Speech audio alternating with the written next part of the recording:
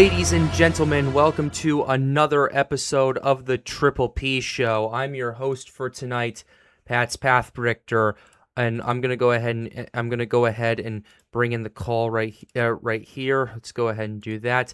I'm joined tonight with my co-host once again, Ethan WX. Ethan, how are you doing? Great as always. Yeah, for sure. Hey, I don't know about you, man, but it's been a wild week this week. With a lot of things been going on. We had Tim Curry passed away. We had Dolly Parton pass away. We had Tropical Storm Dolly, no pun intended, happen literally the day after. It's just been a crazy week. Not just that, but with the eclipse and a few other things going on. It's just been a overall crazy weather and life week. What do you say about that? Oh, for sure. And I think things are about to get a little more interesting. And that's going to be the focus of tonight is Tropical Storm Dolly. Yeah, that's going to be the focus for tonight. There's also another AOI tagged in the Gulf region we're going to be talking about in a little bit. But man, it's just been I don't know what's been going on. It's just been a wild week. And another thing to note too, Ethan, is your boy finally did it. He finally put out a winter weather outlook finally for everybody to take a look at. It took a little bit, but it came out. What do you think? What were your thoughts on it taking it when you were just watching what you were watching? I will say right now, if you guys haven't watched that yet, definitely go check that out. Yeah. I know it's 45 minutes long, but really good, really in-depth dive into what we're looking at, because keep in mind, this is a historic El Nino here. Yeah. Possibly the strongest El Nino in recorded history. Yeah. So we're definitely going to be seeing some pretty extreme and unusual impacts this winter across various parts of the U.S. And I think the video does a really great job of breaking it all down. So yeah, I would highly recommend checking that out if you haven't already. Yeah, just for the lulz, what are the odds you think James Pettis sees it? 50-50. All right, fair enough. Yeah, just thought I'd throw that out there, given the last time I threw this up, that's what happened. We had a whole Triple P show about that, so anyway, on to the show, on to the fun, because we have 65 people already in the show right now wanting to know what's going on in the tropics. This has been a pretty big week for the Pat's Path Predictor channel. I took about a week off to deal with life stuff and all that, but man, everybody's just been giving your boy love since I came back. We are only 100 subs away from 16,000, which is absolutely incredible. Let's see if we can get that milestone done by the end of that weekend.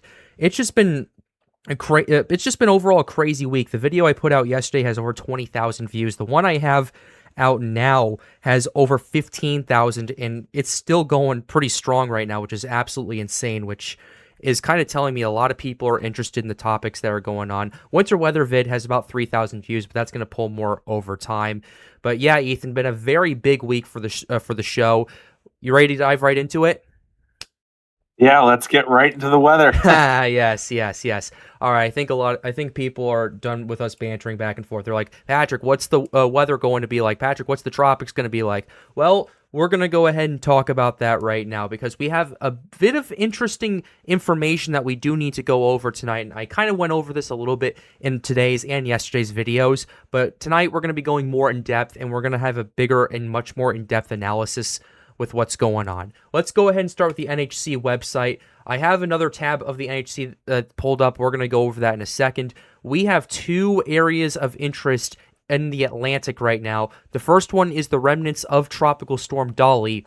The other one is in the northeastern and north central Gulf over here. We're going to be going over both of these. We're going to start with this one over here just to kind of briefly go over what's going on, what we may be seeing, and if anything's going to come of this. And then we're going to get to the main meat, which will be Dolly, because there is a chance that this could be resurrected from the dead and cause some more impacts to a lot of people over here, especially with the proximity to the Bahamas and the greater Antilles further to the south. Let's go ahead and get started with our Gulf region. In fact, both of these areas are rather close to land, so that makes me a little nervous already. But here we go. Disorganized cloudiness and showers over portions of the northeastern and north central Gulf region are associated with a weak area of low pressure. Development, if any, with this system is expected to be slow while it remains stationary for the next several days, 10% chance in the next 7 days. going to pull up the satellite imagery right here. Ethan, if you want to give your thoughts, if you've been, this just popped off on all of our radars right here, but if you want to give your thoughts and your opinions on that, go for it as I share my screen with everybody. Yeah, so I can't really. Okay, there we go. There we go. Yep. Honestly, all I see is just a mess. There's some convection bubbling there over the Florida Peninsula. I know some people down in Florida who've had some pretty intense storms over the last couple days. Yep. Next week or so we're definitely going to be seeing a lot of rain and a lot more storm activity in Florida. But this area of interest in the Gulf really does not look very impressive. I mean, maybe it is a closed low, but all I see is just some bubbling convection there. Yeah, so I personally, my opinion is that there is no shot that this develops into anything. But I do think parts of Florida are going to see a good bit of storms and maybe some flooding issues this week. Yeah. This just popped up on my radar as well. It's definitely interesting, and it's definitely something to watch given the close proximity to land, but I'm not giving this too big of a shot for anything to develop over here. It's kind of in the similar situation to where Tropical Storm Bertha was last month, so that's kind of an interesting tidbit to go over right there. It is sitting over some decent water temperatures, like 30 degrees Celsius. Looking at the moisture component to this, there's definitely some moisture. I'm just curious to see what the wind shear is going to be like. And honestly, I'm not putting too much stock into this at this current point. Just like Ethan was saying, if there is anything to watch out for, Ethan, what would you say? Like maybe some potential flash flooding if it comes to it, and maybe some winds if they get close enough to the coast. Yeah, you're going to see just a general couple days of stormier than usual weather. With all this convection that's basically bubbling around it. So there are definitely some places that I think have a flooding threat from storms that just stall out and keep redeveloping over the same areas. But I think the chances of this developing into an actual tropical cyclone are really low. It looks like the next 2-3 days or so, places right along the coast of Alabama and maybe the panhandle of Florida could see some pretty heavy rain. And then I'm also seeing some pretty heavy rain maybe in the southwest Florida region that would be moisture associated with this storm. I was seeing like 5 to 7 inches of rain in the next week in those areas. And obviously could see some high localized totals where you get storms that kind of stall and redevelop over the same areas. So there's certainly a chance for some flash flooding, I think, with this, but other than that, really not a significant event. Okay.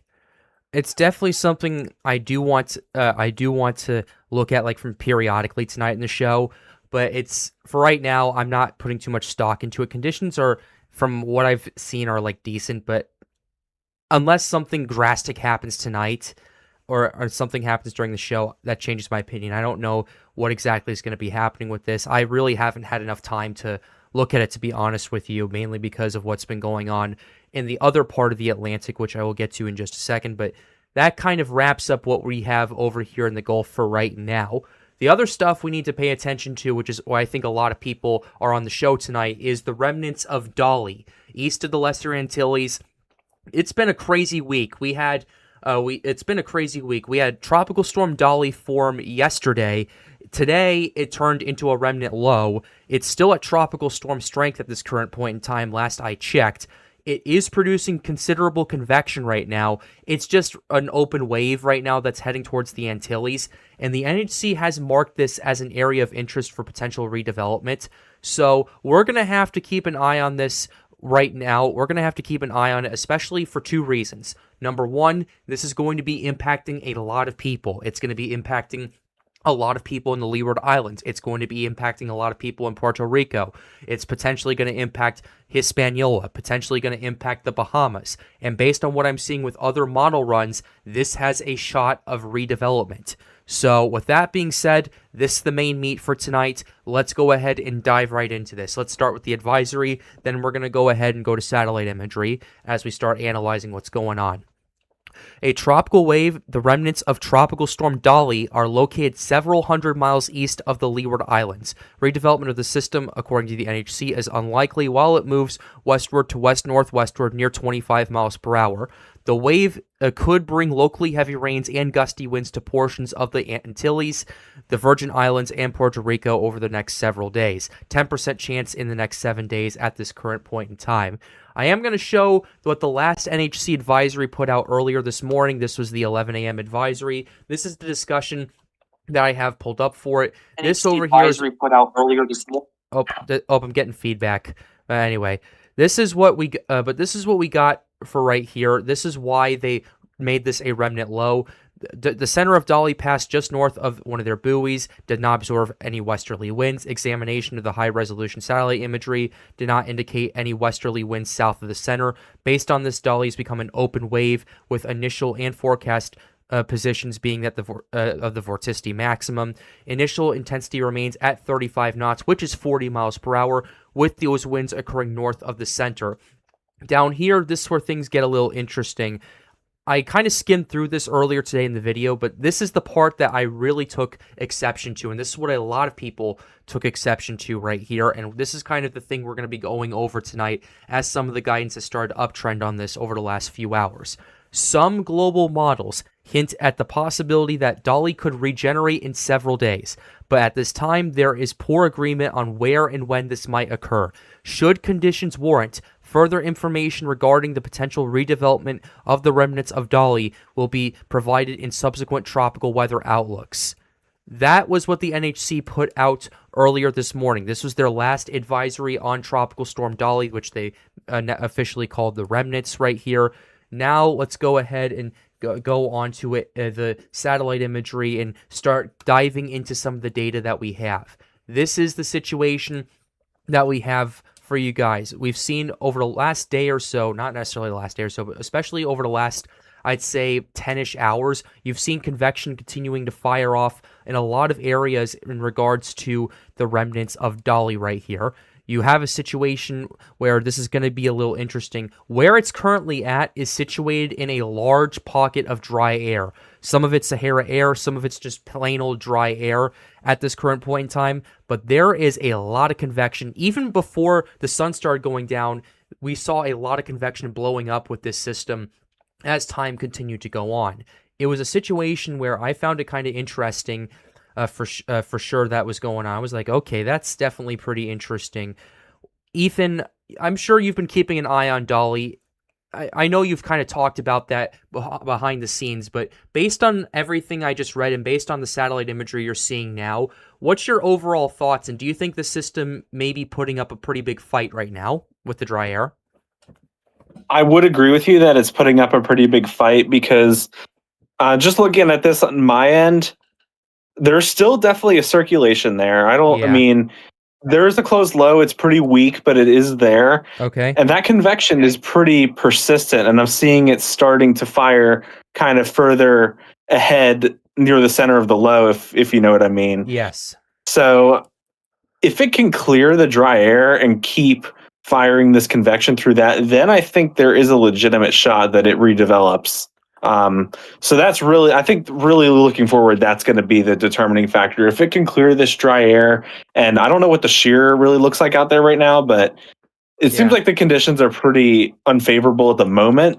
If it can keep the convection and keep that circulation there, then it could definitely regenerate once it clears that, because I believe as we get closer to, as we head further northwest, the conditions will become more favorable in terms of lower wind shear and not as much dry air.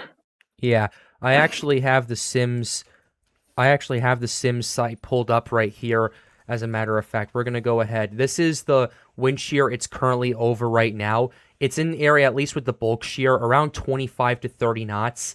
It's expected to be continuing at that shear area for the next couple of days or so. I have noticed, though, in recent forecast models that the guidance is showing the wind shear, especially in the Atlantic Basin, starting to fall apart and become much more favorable for potential tropical development. But right now, it's over about 25 to 30 knots of shear. There's 40 knots of it further up to the north. The question The question is based on what I'm seeing with the map right here.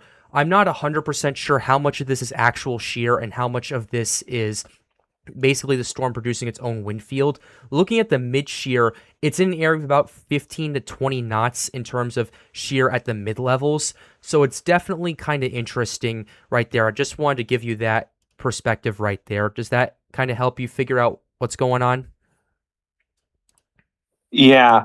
I'm still standing by that. As long as that convection can clear this rough patch, then I think it definitely can redevelop after that Mm-hmm. point. Now, it's still kind of in the air as to how strong it could get or where it will track, because from what I've seen just skimming through these models, these ensembles, it seems like um, they're divided as to whether this stays on a southerly track, it heads towards the Gulf, Mm-hmm. or whether it begins to make that classic north curve into the Western Atlantic Yeah, towards kind of the region between Bermuda and the Carolinas. right. So it's going to be I'm starting to see that divergence in the ensembles.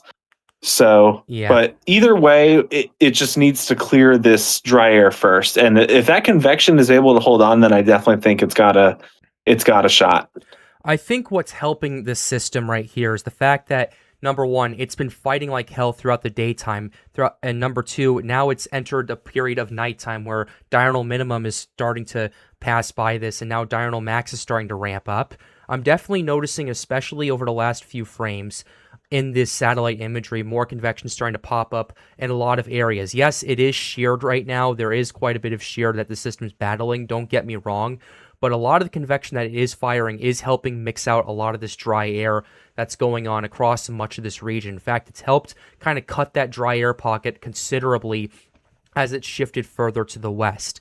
As long as it keeps fighting and keeps producing convection, it has a good chance of it. I'd say, I talked about this in today's video, Ethan, but I'd say the next 24 to 36 hours is probably the most critical time it has if it keeps fighting. If it keeps fighting, then it's going to have a much better shot down after that time period. If it starts to wane, then those chances of development start to crash a little bit. What do you think? So, my question for you about that Mm-hmm. is, do you believe at this point in time that the system is essentially holding on more than you expected? It's fighting Yes. harder, um, because the models until a couple hours ago seemed pretty pessimistic that this system would basically dissipate and be a nothing burger by the time it reaches anywhere close to land. Right. Do you think that the persistence in the convection just in the last like 12 hours or so has been the reason for the sudden uptrend? Well, let's go ahead and for starters, let's go ahead and go a few extra frames out. Let's go ahead and go to 90 frames back and analyze it from there. So let's take a quick gander if this will actually load up for me. Okay, tropical tidbits. Let's see if you'll actually load something. Oh, perfect. This is where we were at. This was as of around 4:15 a.m. my time. Not nearly as much convection going on. It was starting to blow up, partly due to diurnal maximum. But by the time we got to around 12Z, which was the morning, this is what we saw for right here. And it was around the 12Z suites that we saw where we started seeing models uptrending. If we even want to go further back, let's go ahead and even go back to last night just to give an idea as to what's going on. I know I'm jumping around a little bit, Ethan, to answer your question, but this is what we were seeing around 11 o'clock my time, around the time the eclipse was going on across much of the U.S. You can see it's a lot more anemic right here. There's not really much going on. The last little bit of outflow is kind of going on. There's a kind of more so of a husk compared to what we were seeing previously. But watch what we Yeah, were seeing. Yeah, that right there just looks, honestly, that just looks like a bunch of clouds. It doesn't even really look like there's any deep convection in that yeah, at that point in time. yeah. At that point in time, Yeah, there's a little bit, but that's a very, very unhealthy system right there. yeah. So which is why I I think almost say if I had been paying closer attention to this and looked at that last night, I would have said that this system is done. toast at that point. But But it around, is interesting now to fast forward to the current point in time, yeah, and the convection is actually, even though the system is technically no longer a tropical storm, it's just a remnant low, it's definitely Yeah. looking a lot more robust. Yeah, starting around, it started getting, this is what we were seeing at 12Z right here. It was definitely picking up on something. This is when the uptrend started, but around 6 hours previously, this was a husk. This was not doing anything. You start seeing some popcorn and convection that was starting to get its act together by the time you got to around 12Z, but it was most likely probably going to, at least according to if you were looking at that point, it was probably not going to last much longer until 9 a.m. What happens at 9 a.m.? Ethan, watch where my cursor is. Bam.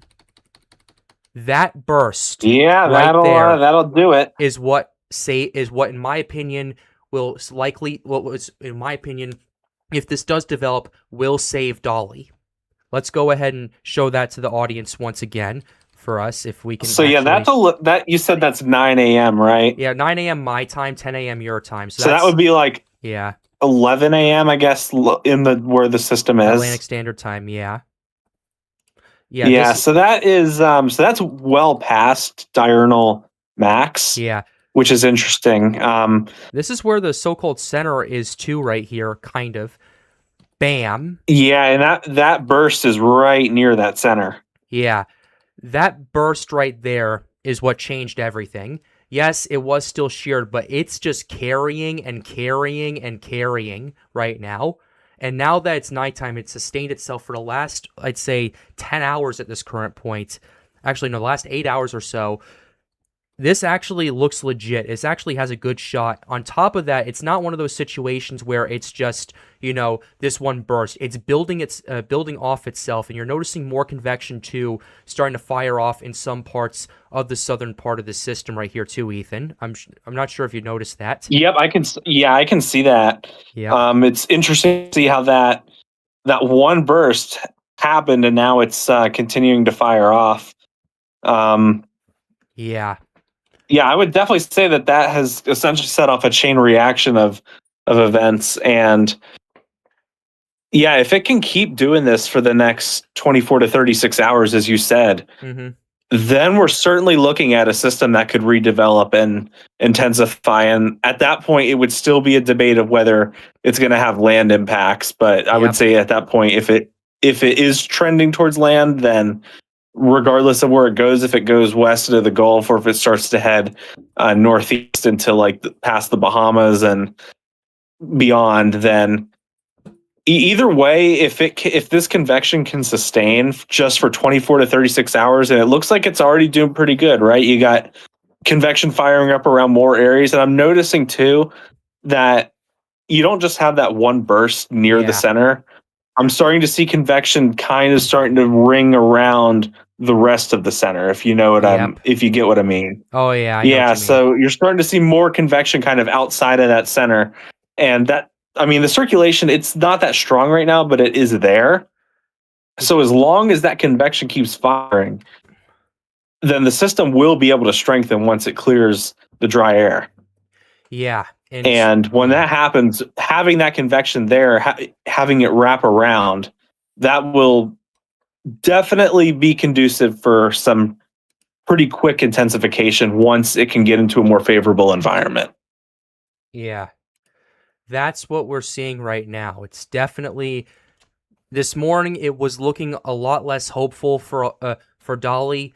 That changed around 10 o'clock this morning, my time, 11 o'clock Eastern, or 10 o'clock my Central Time, 11 o'clock Eastern Time. It started popping up around, I'd say, 9:45 my Central Time, or 11:45 Atlantic Standard Time is the same time as Eastern Time. So, yeah, around 10:45 Eastern Time, that's when its fortunes, at least for right now, have changed.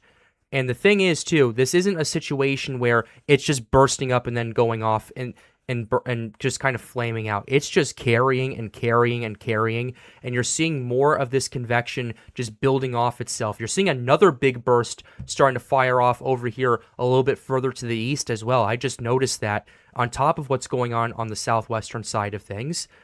Right now, that western edge and that southwest area, that's really interesting because that initial convective burst was kind of right near the center, almost north of it. But now you're starting to see convection firing off to the west. And that could definitely, if that sustains it, like I said, it will wrap around. And having a center with convection wrapping around it, Mm-hmm. that will certainly help it overcome the dry air. It's already doing a good job right now, for sure. In fact, let's go ahead and go back to our water vapor view right here. This is what we were seeing. It's in a huge area of dry air. This convection has been fighting it like hell. What a lot of the earlier models were banking on were the system developing, basically building its own moisture pocket and fighting the dry air until it got to the Atlantic basin. So far, it's been doing that really well, like compared to what with a lot of the later runs were showing, where the system just kind of dissipated. So far, we're off to a good start with this. Does it hold? That's the main question. We're going to have to keep a very close eye on this because I'm not sure if a lot of you guys remember, but we had a situation in 2024 where we had Tropical Storm Gordon over parts of the central tropical Atlantic. I know certain people in Storms United remember that happening. It was a situation where it weakened and then dissipated, but was expected to regenerate and actually had a really good shot of doing so. And then all of a sudden, the convection just stopped, and the shear and the dry air just choked it out as Gordon just stopped fighting all of a sudden. I remember when that happened because I was making videos about that. I was talking about that pretty extensively, which I believe that was sometime before Helene happened as well. So it's one of those situations where, can it keep fighting? Can it keep going? Can it keep carrying what's doing right now? So far, it's off to a good start because the convection it's generating right now, Ethan, it's just helping moisten the atmosphere. And it's arguably better that the convection that's going on now is firing further to the west to help reinforce the rest of the storm. Yeah, it's good to see that happening ahead of the center, right? Yeah. Unlike Instead of just because normally when you get these sheared systems, the convection tends to kind of lag behind the center of the storm. It's on the east side if the system is moving west. And that tends to be a lot less favorable because then the dry air can get in there and weaken it. But when you have a system like this where the convection is firing up out ahead of it, that will help mix that dry air out. And as long as it can sustain this over 24 hours, which I am becoming increasingly convinced that it will be able to. You're not the only one. Yeah, because honestly, I was sleeping on this storm yesterday. I didn't think it was going to do anything. But yeah, it's looking really interesting now. I'm surprised that it has begun to refire convection. And, the fact that it's now been consistent, and that if that convective burst had just been a one-off thing and it was back again to looking how it was before that, then I'd be like, okay, yeah, that was just, one burst of convection and that's it. Now it's done. But this has been pretty consistent, and that's definitely giving me a little bit more concern, honestly. Yeah. For the system actually regenerating and intensifying. Mm-hmm. The models are starting to catch on, but there's a lot of uncertainty right now. Absolutely. To say the least. Absolutely. So I hope, Ethan, that long-winded thing we just went through answers your question about the current uptrends that we're seeing in the models, especially the 12Z and the 18Z. Yeah, that I definitely am starting to see it now. All right. So now that we have that, we have our conditions. We have a little bit of shear that the system is battling. We have some dry air, which honestly, the dry air is becoming less and less daunting. The more and more convection that's firing off, because I'm noticing the convection is just moving further and further to the west right now. We don't want it to move too far to the west because it would be out of the system's center of circulation, but it's just shifting further and further to the west and kind of cutting it really deep into this whole dry air slot. Are you seeing this? Yeah, I'm definitely seeing that. Hey, buddy. Yeah, that right there is a system that's really, really trying to survive. Yeah. For sure. So at this point in time, we're going to have to watch it. I think in 24 hours, we're going to have a much better idea, because if this does start to slow down, then we can say, okay, maybe we're not going to see this redevelop. But if it keeps going like this in 24 hours, I think at that point, then we will have a much better consensus on whether or not this will regenerate. I think it's going to take longer than that for us to know where it's going to go, because the models are kind of split on that right now. Right. But in terms of whether it will actually regenerate or not, I think we're going to know that within the next 24 hours. Absolutely. All right. I know Dappia's probably still tracking this right now. I'm going to see how things are looking minute to minute on this. Okay, we don't even have a minute to minute, unfortunately. We just have a mesoscale right here. So that's kind of unfortunate, but yeah, it's still going. This is looking a lot better now than it was previously, and we're going to want to pay attention to it. But with that said, we'll come back to satellite analysis in a little bit. I want to shift over to model guidance because I'm sure a lot of people are wondering what's going on with that. So, without further ado, let's go ahead and go to current storms. We have the 18Z track and intensity. The 0Z is going to be out in about 30 minutes.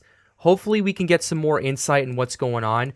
And especially with what we saw with the convection that we have been seeing at around the 0Z run, it's definitely, this is definitely looking at 0Z way better now than it was looking. What was it looking like even at 18Z? I'm just, for my own curiosity. Is it just me, Ethan, or does the 0Z just look a lot more organized compared to the 18Z satellite? I can open image here. Yeah, I would say this the 18Z. Yeah, I would agree, because again, as I said earlier, at 18Z there, it looks like the convection is mostly on the eastern side of the system, which is the classic look of a highly sheared storm. Yeah. When we fast forward a couple hours in time, though, to 0Z, now we see convection that's kind of starting to form around the storm. Right. So yeah, I would agree. This is starting to organize for sure. It's putting up the fight of its life. And it's winning right now. All right. Without further ado, early returns on the track guidance right here, ladies and gentlemen. This is the 18Z. The 0Z will be out in about 30 or so minutes. We're going to have a live reaction to that. Here's the track models. Majority of the models keep this actually north of Puerto Rico, as a matter of fact, with the hurricane runs. They have it impacting the Lesser Antilles, staying north of Puerto Rico, and then staying north of Hispaniola and entering the Bahamas right here. I'm going to say this right now. If it moves and shifts further to the south and starts ramming into Puerto Rico and Hispaniola, it's going to have a lot harder of a time to get its act together, because that is a very mountainous region right here, especially Hispaniola. It's known as a tropical cyclone killer for a reason. Although in recent years, that has not been the case, especially with Hurricane Laura back in 2020. Before, what is we've historically seen is Hispaniola, tropical cyclone moves through. Because of the huge mountainous region, it disrupts the circulation and chokes it out and just remains a huge disorganized mess after it leaves Haiti. Hurricane Laura was a bit of an exception to that, where that was a scenario, and Ethan, I'm sure you remember this. Laura came in and actually organized and looked much better in terms of circulation and satellite coming off of Hispaniola than it did moving through right before moving through it. Yeah, I do remember that. Actually, even though that was 6 years ago. Yeah. Now, am I going to say that this is what Dolly's going to do? No. Personally, I think it's going to be further up to the north and likely stay away from... What's up? What's going on? Okay. That was just noise. All right. Yeah. Okay. All right, cool. So, anyway, that's what we're looking at with our track guidance. Majority staying away from the Greater Antilles. Minority of them do have it heading towards Hispaniola and Cuba, but that's pretty much what's going on. Ladies and gentlemen, we have a $5 donation from Phoenix is a fat little boy right here. Thank you very much for the $5. Babe, your shirt matches the betting S tier combo. Go check the NHC where there are 2 areas of interest according to Wink News. Yeah, we already saw that. By the way, shout out to Wink News. That's where our friend Weather Center Nazario actually works. So shout out to the guy for that. So thank you very much once again for the $5 donation. If you'd like to support the channel, you are more than welcome to by any means necessary. As always, be sure to like the stream, subscribe to the channel if you are new. We are 97 subs away from 16,000. So we need to. So let's go ahead and get to that milestone if we can tonight. We already have over 100 people in the show right now, which is wonderful. But thank you very much for the $5 donation. Anyway, Ethan, what are your thoughts on the track guidance so far? So this is that divergence that I was starting to talk about here. Mm-hmm. You know, you have kind of the models in one camp that want to go west towards the Gulf, and then the others that want to make the classic north turn into the Atlantic. So this is interesting. Now it's going to really depend on the strength of the ridge that's going to build to the north of it. Yeah. To determine exactly where this goes. But you see, these are both interesting scenarios because realistically, if the system, let's say hypothetically, the system holds together, right? Yeah. And it emerges either into the Gulf or out into the open Atlantic, then once it gets into a more favorable environment, the SSTs are there. And as long as the shear isn't too intense and you don't have a significant amount of dry air, either track could eventually result in it becoming a hurricane. Now, that's absolutely not to say it will, because we still are in the process of just making sure the storm will actually survive and continue to organize over the next 24 hours. Right. But either of these tracks, realistically, if we can get past that point, either of these tracks could realistically result in this system developing into a hurricane. That's a bold call. That's a pretty and I'm willing to make it, because I'm saying if we can get past this kind of roadblock that we're at right now, if we can get past that and keep the system together and regenerate it to begin with, then I think we do have a good shot at getting a hurricane through both of these tracks. All right. So that's our track guidance. This is our intensity guidance, Ethan. This is what we got. I know what it looks like, Ethan. What are your thoughts just looking at it? Yeah. So this is interesting too, because we also have a split in the intensity. I would say those models that don't have this developing, those are the ones that are in the camp of basically this system is not going to be able to essentially regenerate its convection and become a tropical storm again. So that we still have several ensembles that are doing that. But then if we look past that and we assume that this thing is able to regenerate, then we start to see some pretty significant intensification possibility. Yeah. Now, at that point, we have the one outlier there that has it being a Cat 3, and that I would not agree that is something we should really put that much that we should take for gospel, but that is definitely. But it's interesting to see that, and that we have several other members there that have it rising pretty quickly into the tropical storm threshold once we get past that point of regenerating the system. So that's what I'm talking about, is if the system can regenerate, then it will likely intensify, and I think it has a decent shot at becoming a hurricane. Absolutely. The one model there, CTCI, that is, like I said, don't take that for gospel, because at this point in time, we're not forecasting a Cat 3. Yeah. That's, well, unless something drastically goes wrong, I agree with you. So, yeah, that's what we're paying attention to with the intensity guidance. Yeah, we're going to...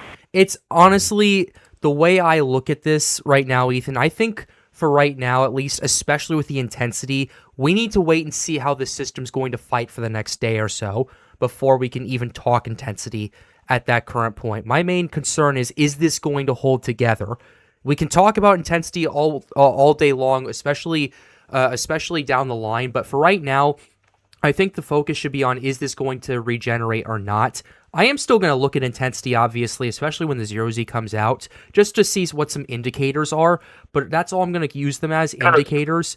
So that's just kind of my stance on it. What do you think?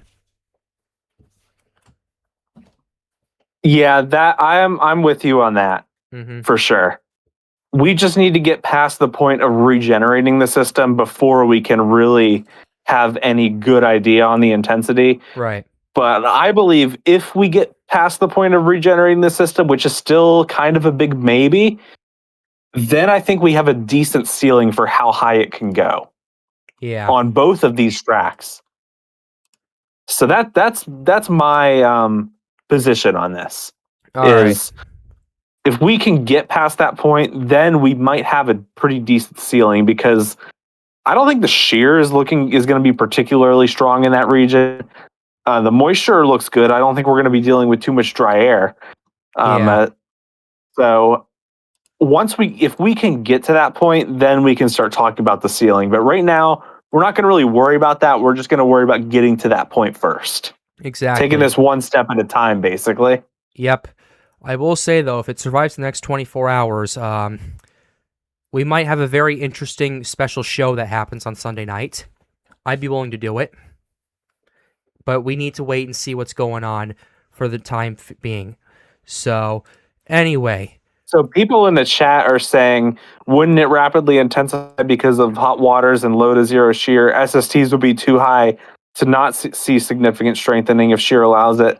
You see, that is something I would fully agree with, because, like I said, we're taking this one step at a time. We just have to regenerate the system. Yep. But if we can get that to happen, then all of a sudden we might be looking at a decently high ceiling for this storm's intensity. But we got to get past step 1 before we even really consider step 2. Yeah, that's why I said in today's video, this to me is a high risk, high reward type of situation. So, like, the reason I say high risk, high reward is because we need to get through step 1 instead of talking about step 3. So, step 1 is get the system into better conditions in at least a somewhat intact manner. Step 2 is keeping this away from the islands for that to happen. And then step 3, profit. I know I just made a South Park reference. What are you going to do about it? Anyway, where this is currently situated right now, Ethan, in terms of your water temperatures, it's actually, let me see, what are the chords on this? I'm taking a quick gander. Okay, thanks. Thank you very much, Delta, for the thing in the chat behind the scenes. We're an area of about, I'd say, 28 to 29 degrees Celsius of water temperatures. That's 82 to 84 degrees Fahrenheit right now. This water temperature right here is the primary reason you're seeing this system fighting off and blowing up with convection right here. That warm water, like this system, Ethan, despite the shear, despite the dry air, it's taking full advantage of the warm water it has now, and it's not even in the jackpot just yet. Yeah, I mean, to get convective bursts like that, clearly the SSTs have to be pretty warm, and I think diurnal maximum last night was able to really, that was the thing that really helped us get the process going in the first place. Because had that one burst of convection not fired up, I think we would be looking at a system that is just not going to exist anymore. Yeah. But that one burst went, and then after that, more and more was able to keep going. Because it was starting to mix out the dry air, and because maybe you're getting some outflow from those bursts of convection that are helping more essentially fire around it. So the SSTs have definitely played a significant part in this, and also just the diurnal maximum being there, the system being in the right place at the right time for that convection to initiate and get the whole process going. Yeah. Okay, we have another $2 donation from Phoenix is a fat little boy. Can you go over the new area of interest? I'm late. We went over it a little bit earlier. You also sent us a little gift. Thank you very much for that. We do appreciate you for all the support you've given tonight. We'll pass back and we'll go over that in a little bit if that's okay with you. Right now we're focusing on Dolly, at least with the initial conditions, but I do appreciate you for asking that. As always, ladies and gentlemen, be sure to like the stream, subscribe to the channel if you are new. Goal, as always, is to get more people engaged with weather. And if you'd like, feel free to support the channel and support the show by any means. But anyway, that's Join the Storms United Discord server, it's in the too. pinned chat. If you want to see things behind the scenes, the link is there in the chat. Definitely do join that server if you're interested in, seeing things more in depth and discussing it behind the scenes. Absolutely. Yeah. Another thing to note too, Ethan, is we were speaking of water temperatures, looking at Climate Reanalyzer. I know this is kind of a bit of a half point, but we're, at least as of right now with the preliminaries, we are at the second warmest Atlantic water temperatures now. The warmest are 2023. That should tell you just how much of a fuel tank, at least the remnants of Dolly will have, not just where it's at now, but across the Atlantic. As of we speak. Yeah, and we know that 2023 did manage to produce some pretty intense storms. Now, granted, that was a bit of an anomalous El Nino year, a lot more active than usual, but still, if we can get the storm, like I've been saying, if we get the storm past step one right now, which is just sustaining that convection and eventually reorganizing and it being redesignated as a tropical storm, if we can just get to that point, then yeah, I agree that we have a pretty high ceiling that's, almost on par with 2023. Yeah. So yeah, that's what we're seeing with our water temperatures. That's only half the battle. The other half of the battle, right? The other half of the equation? Yep. Ocean heat content. Here is our OHC. Yeah, we should definitely take a look at that. Where it's at right now is, I think it's in an area about 50 to 75 OHC. It's starting to enter that incline where the OHC is starting to surge. This is, that looks pretty good north of the north of Hispaniola, Puerto Rico, all the way to the Bahamas, and that's right where the system's going to be tracking through. Yeah. This right here, even before that, is why the system is fighting the way it is right now. This right there, it's definitely a situation where this is just taking full advantage of not just the water, but the fuel tank in association with the water temperature as well. This is a scenario where where basically it's given, like stuff it's given right now in terms of going for it, is taking full advantage of it. Yes, the conditions are not great otherwise in terms of shear and dry air, but they're going to get better, and the water in the OHC is giving it a living chance of it getting its act together. It's definitely a situation we are going to want to take a very close look at, especially in the next 24 hours. But 75 OHC, you may look at that and say that's not that much, but 75 OHC can do more than enough to keep sustaining the convection and the potential reorganization of Dolly. That on itself. Yeah, keep in mind that this, on account of this being a pretty inactive hurricane season so far, these ocean waters are pretty much undisturbed. Yes. So this ocean heat content is just building and building and building, and until a system tracks through these regions, it's going to keep building up. Yep. So even though the conditions, the synoptic scale conditions haven't been great for storms this year, the OHC is just going to keep building and building and building. Yep. And even if we go the rest of the season without anything happening, which could very well be the case, that's going to keep on building into next year. Yes. So that is another long-term thing that we have to watch out for, because if we don't have an active season this year, and then next year we have a rapid, weakening of the El Nino and a transition to a more favorable pattern, that OHC could really, really blow out of control next year. Yeah. And that could be a very, very significant long-term thing that we need to look at. But right now, we got pretty good OHC right in the path of where Dolly is going to be headed if it can redevelop. Yeah. And seeing the way that the convection is starting to reorganize now, if it's only moving into better OHC, I can only imagine that the convection is going to continue to develop and become deeper. Yeah, it's basically been a chain reaction since around 10 o'clock Central Time this morning, and it's continuing. And I'd say it's starting to really get its act together now more than we have all day because of diurnal maximum starting to pick up. So it's a situation we're just going to need to keep a close eye on, especially in the throughout the show and especially in the next few days. This right here is what it looks like when a storm gives the fight of its life. And right now, seizure warning, by the way, it's off to a great start. Question is, though, can it keep going? That's the main thing. And with that, Ethan, are you... And with every hour that goes by, the answer to that question is starting to look more like yes. Okay, this is not what I wanted to see. I'm going to pull this up real quickly. Ethan, I want you to take a look at this, and then after that, I'm going to open the floor in a couple of minutes if that's okay with you.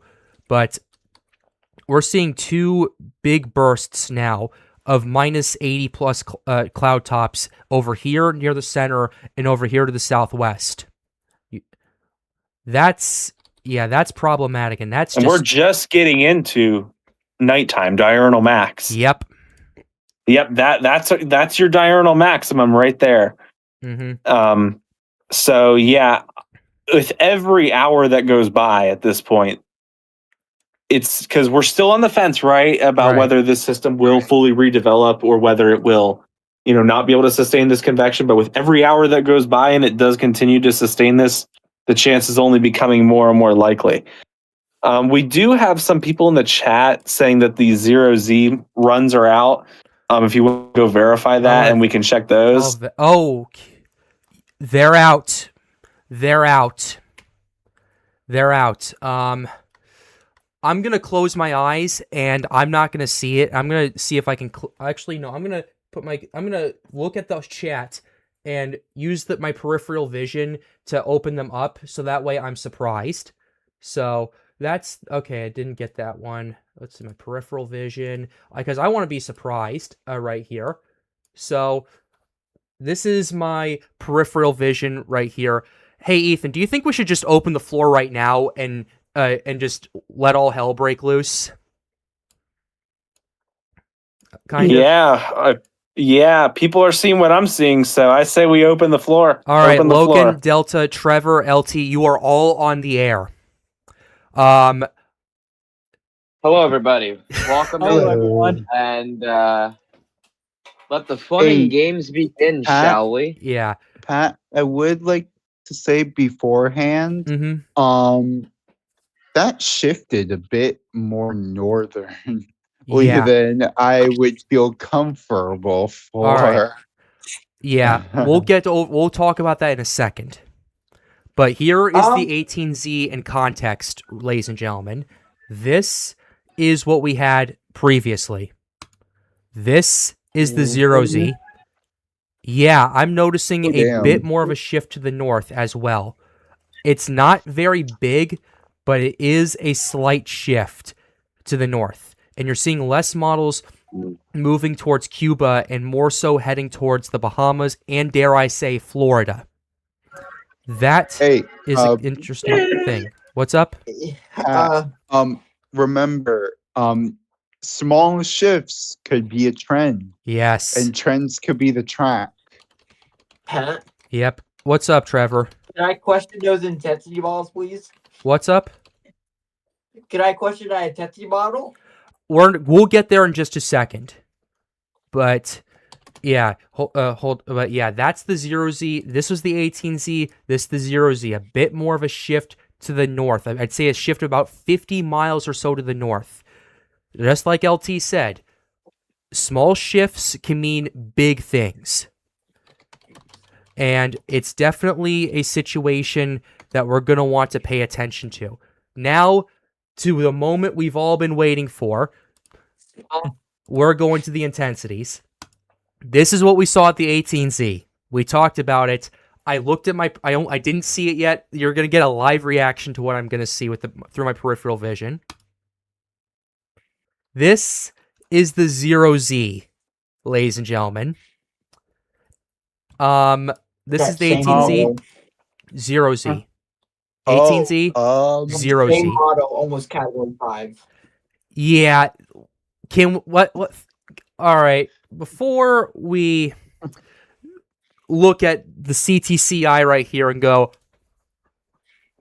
this is going to be a problem. I'm back. Let's look at every other model first. They have all dramatically upswung. You guys want to see my facial reaction to that? Yeah. I mean, yes. Yeah. This got way stronger, guys. This got way stronger. And more models are actually supporting a hurricane. Yes, a good chunk of them Delta, are. Remember what I was telling you about? Yep. What were you telling? Explain to the audience what you were talking about. I was looking at upper levels to see if this thing could really like stall. Also, given history, we've seen this before. Yeah. That's the more I say, the more I'm gonna scare people. But basically, we've seen this kind of situation before. Yeah. Guys, I can't unsee this. I cannot unsee this. What do you think, Pat? Number one, I can't unsee this. Number two, I'm gonna lose sleep tonight. And number three, I think we're in a situation now where the 0Z guidance, based on what we're seeing now, is definitely wanting the system to regenerate. Especially given what we've seen over the last while. The CTCI, let's not, we're not going to take this as gospel. This is an outlier, but holy hell. What's up, Delta? I would just like to say to the audience that the 0Z has significantly uptrended from where it was at 18Z. Yep. It may not look it, but it has. CTCI needs to go outside and get a breath of fresh air. Yeah. That's not happening. Yeah. But I would say that is a testament to the potential environment that it could be, as we're also seeing with the other models a strengthening trend around the same time. But I also want to say that look where all of our hurricane models are at right now. Yes.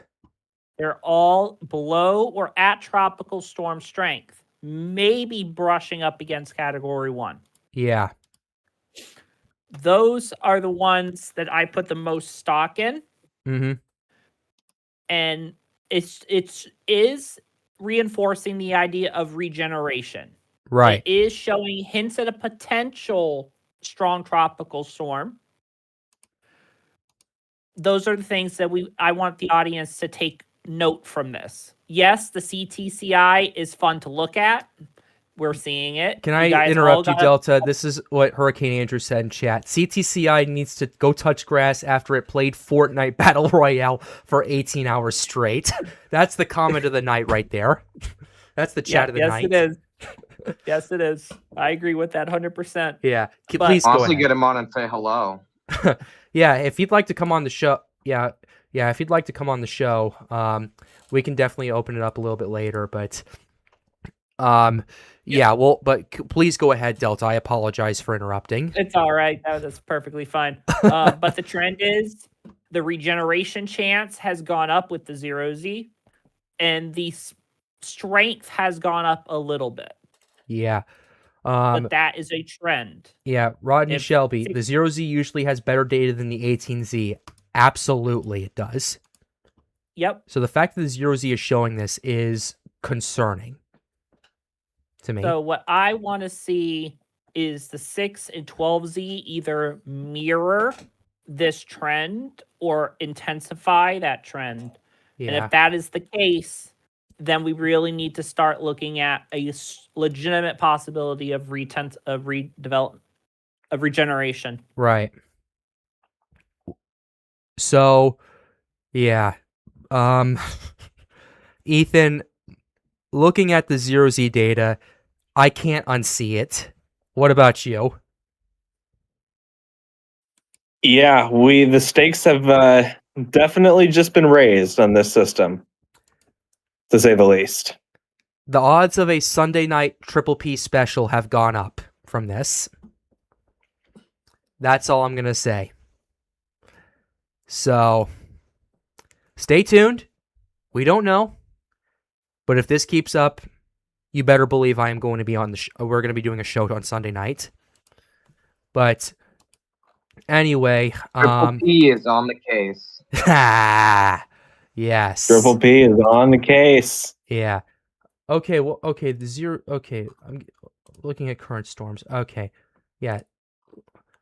It's not generating, it wasn't generating much satellite imagery. Oh, by the way, guys, did you guys see Dapia yet? Did you guys see this picture right here? Did you guys see this? See that convective burst over in a couple of spots? Yeah. Yep. Look at that one to the west I'll of the circulation. see Seizure if- warning. Thank you. Yeah, seizure warning. All right. Yeah. Okay. Okay. Yeah. Are you talking about this one, LT? Whoa. Yeah, but never mind. That northern one. That one's near the center. It's just reinforcing itself. Did you a little bit north? Or Wait, is that what? just me? Wait, what? I can't tell. Let's loop. I'm gonna loop it real quick for you. Seizure Seizure warning. warning. Here you go. Here you go, dude.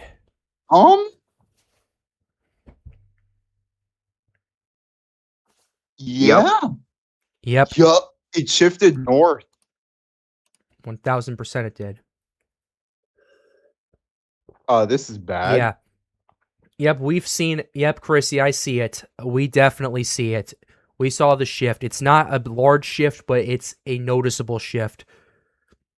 Rodney Shelby, I think the yellow box will be orange by tomorrow night or Sunday. Honestly, I could get behind that.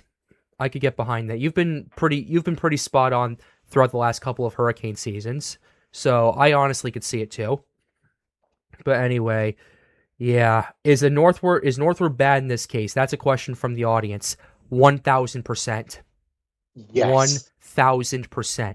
And I'll explain to you why. Because it avoid. Oh, No, you okay. You go ahead, LT. You were about to explain my answer. Yeah. You go ahead. Go ahead, dude.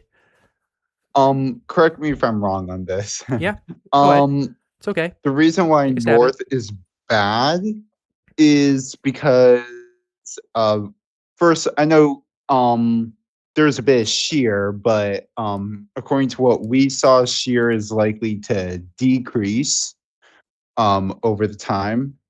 And another reason why north is bad is because it avoids the islands. So that means it won't get impacted by land interaction. And due to it being small, that could be really big. Yeah. Absolutely. You answered that perfectly. It stays away from the islands, and a north shift like that taps into the power numbers. So, damn it, I don't have it, but I know I definitely have it somewhere. Yeah, it definitely taps into those power numbers, and I'm gonna see if I can pull the meme up somewhere. Let's see. Let me see if I can pull it up real quickly, if I can find it. But anyway, yeah, you got the power numbers going up with this, so that is something you do not want to see, ladies and gentlemen. I think that's why they're more of them are forecasting hurricane.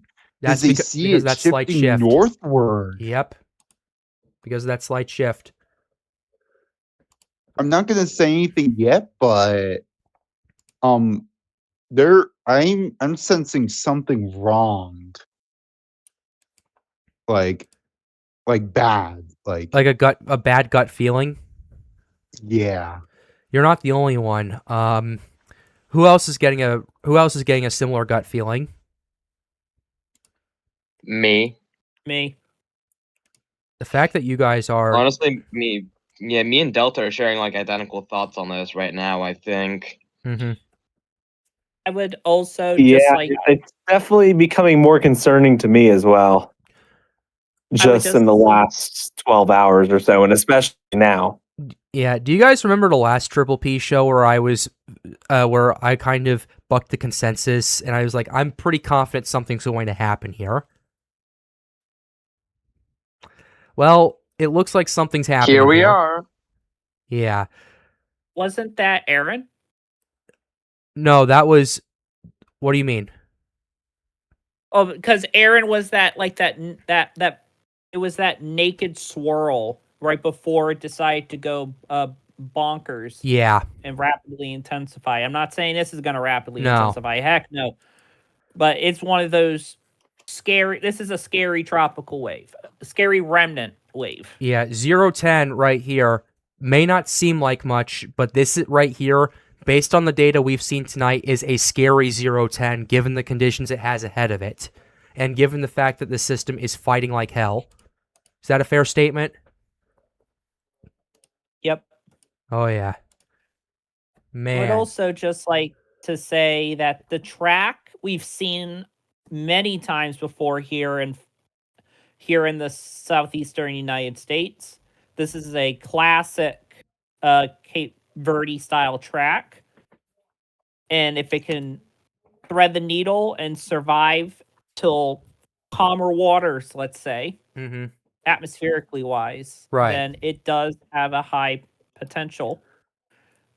And also, I'm not 100% familiar in this topic, but this actually does pass through what's called a Herbert box. Oh, yeah, the Herbert box. Ethan, remember when they talked about that in Tropical? Vaguely, yeah. Yeah.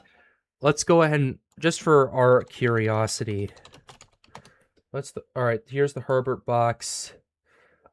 There's technically two Herbert boxes in the tropical Atlantic and in the Caribbean. This is what okay, okay, I'll have to open the image in a new tab.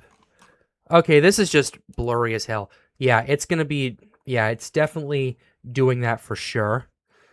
That's a historical, the Herbert box, for those of you who do not know, that's a historical tracking indicator for hurricanes threatening the U.S.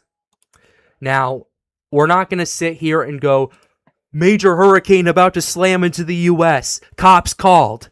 We're not here to do that. Called. No. But what we are saying here is, okay, the data looks more concerning. We need to watch this a lot closer. So, and I also do want to stipulate that the Herbert box states that the threat for a hurricane strike is when a hurricane passes through that region. This is going to be more of an open wave, maybe a tropical depression. Yeah. I almost spit out my drink when you were saying that. Hey, Trevor, welcome back. Man, we're in for a show. Yeah, I made a comment about that. Yeah. Oh, yeah. You posted about this on Twitter. Yep. Yeah. I'm just gonna go ahead and read this out real quickly. CTCI. Why are we doing almost Category 5 for model hurricane intensity guidance for #Dolly? Like, can we not, please? CTCI, you're so much similar to the nav gem, so please retire from being on the spaghetti models and model intensity guidance. Yeah.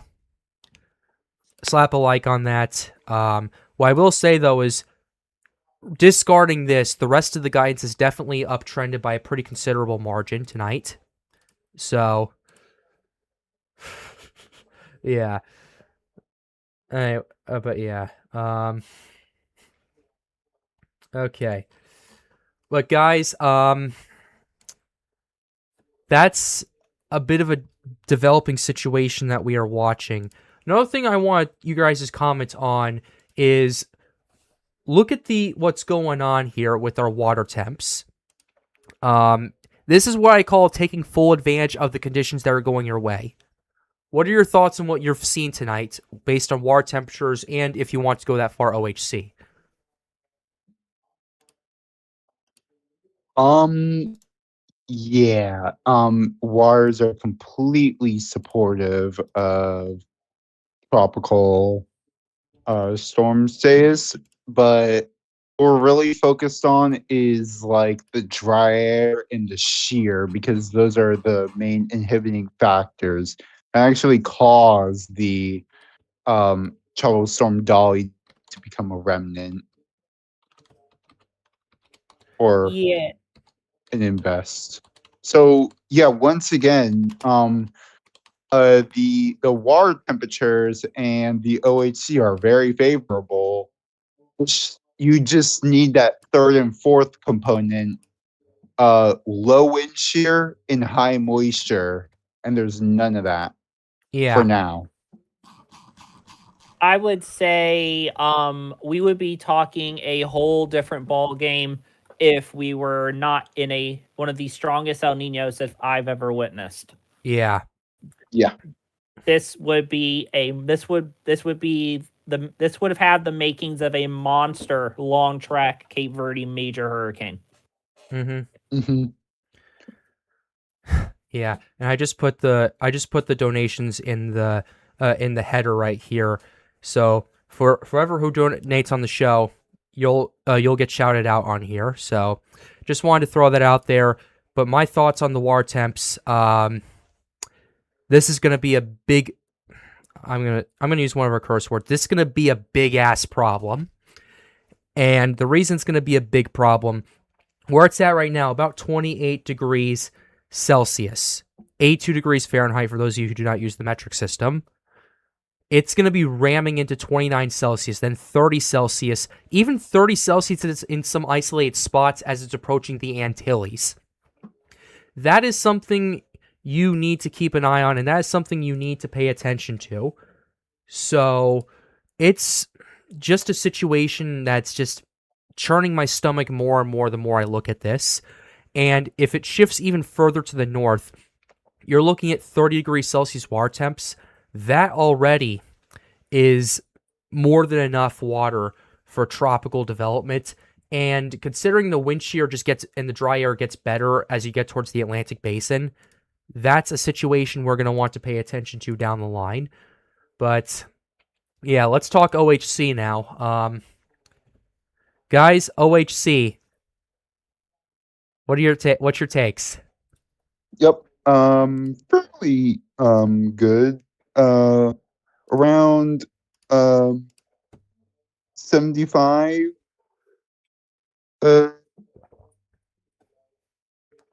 OHC. Mm-hmm. Not bad, but it's supposed to get better.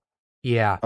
Like in the 100, maybe briefly gain to the 110s. Looks like Yeah, around 110 to the 125 orange. in the basin. Yeah. Yeah. Anybody else?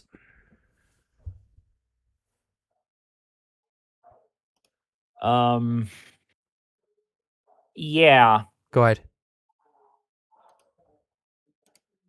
that is that's some decent OHC for the southwestern Atlantic right there. Yeah. This time of year. Yep. And Dolly or whatever's left of Dolly is going to have that to work with if the atmosphere can cooperate somewhat. Right. Yeah. That's for sure. All right, we need to look at wind shear. We need to look at dry air because I know we've talked about it, but we haven't shown much of anything. So we're going to go ahead and pull this up. We have this ready for you guys right here. This is our wind shear map for you guys at this current point.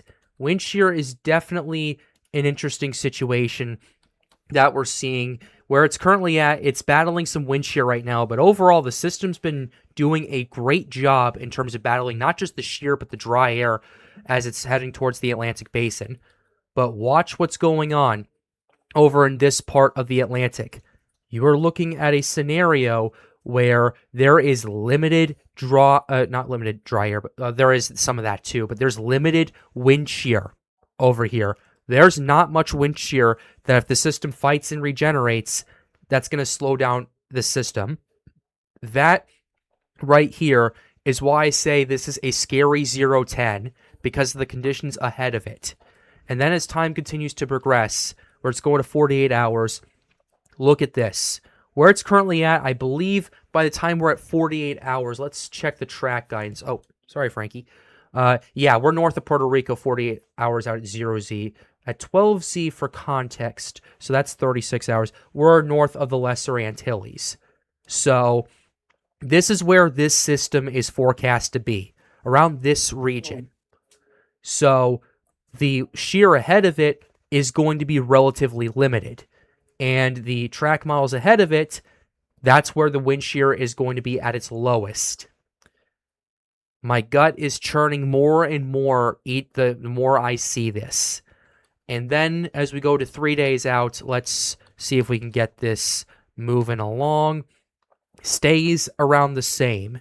This is by the time we get for the track guidance context right here, we're about either north of Puerto Rico or north of Hispaniola, just starting to get in there. Where's this system? Yeah, it's just entering the low shear area. Then going ahead and going to 4 days out, continues to persist, and yeah, where it's at, according to the track guidance, north of Hispaniola or around the Turks and Caicos. Let's go ahead and go to 5 days out. Still very weak, ladies and gentlemen. It has 24 hours to fight, and then it's going to start entering better and better and better and better shear environments. And it's not just the shear. We'll get to the dry air in a second, but based on what I've showed you guys tonight in the call, what are your thoughts?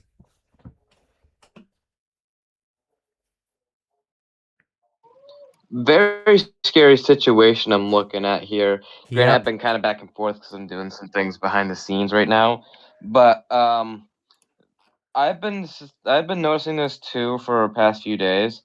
I was surprised that the NHC was keeping the fact that it would stay degenerated this weekend when this weekend's conditions didn't really look to be the worst of the worst. I mean, previous examples of being like Fiona surviving 50 knots of shear or something or like that, or 30 knots of shear with 60 miles an hour sustained away from the center, for example. Right. So that could be a possibility. And dry air, this thing's fighting dry air really well already. It just Yep. I don't know what to expect, and I will say, based off that shear pocket, it seems to be a little bit of an outflow support. So, kind of like the back half of a trough, Right. kind of like a reverse trough angle support, where you got it working on your divergence from the back. Yeah. Because it's trying to absorb it, so it's creating more divergence in the back of the trough as well. Correct. So that's what I'm noticing, and I don't know what to expect from that because that is not really researched much. Is the back half of a trough? Yeah. But yeah, That is, yeah, thank you very much. That would only just add to my concern right there. Who else has thoughts? Wait. I'll put some Go on. thoughts into this, and then I'm going to say something. The system actually has a chance of going through there. I mean, It's you have forecast to to go look at through what here. it's doing before. Yeah, to there. I mean, it's going to impact a lot of people. Oh, yeah. Another thing I'm going to point out, Pat, is that model. It's almost supporting Category 5. Yeah, That's a NHC model. that is.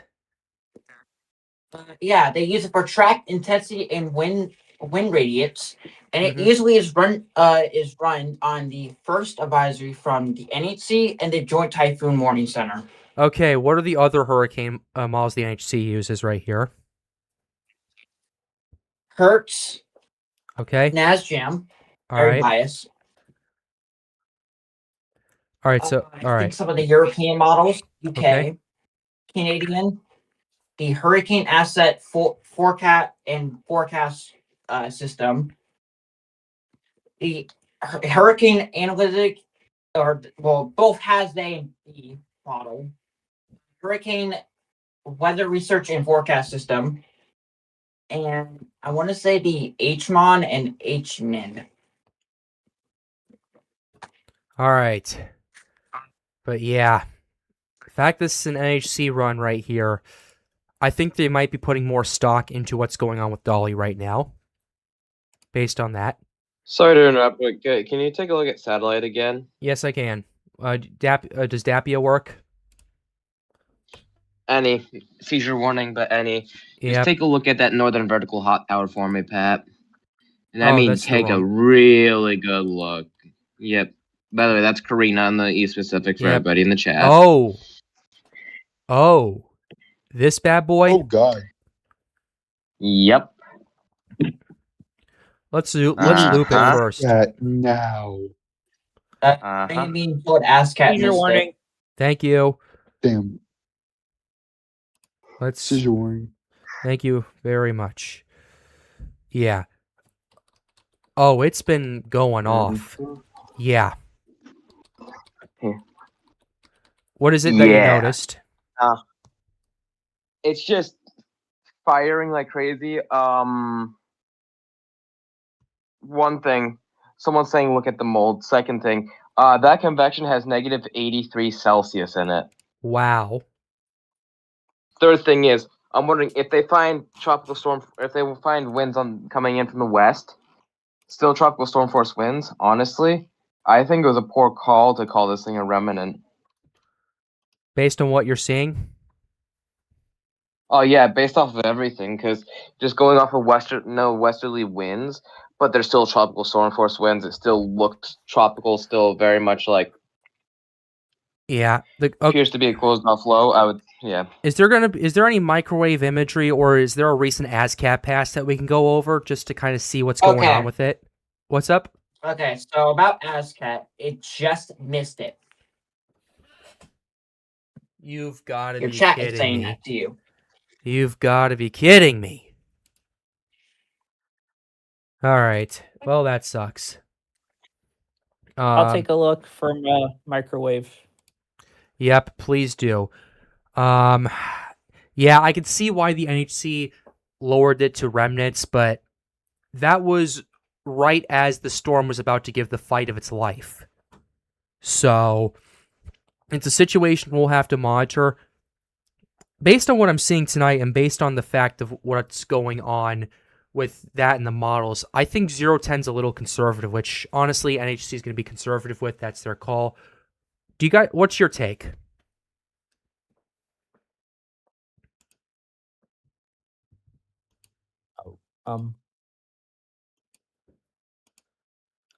Hello? Anyone?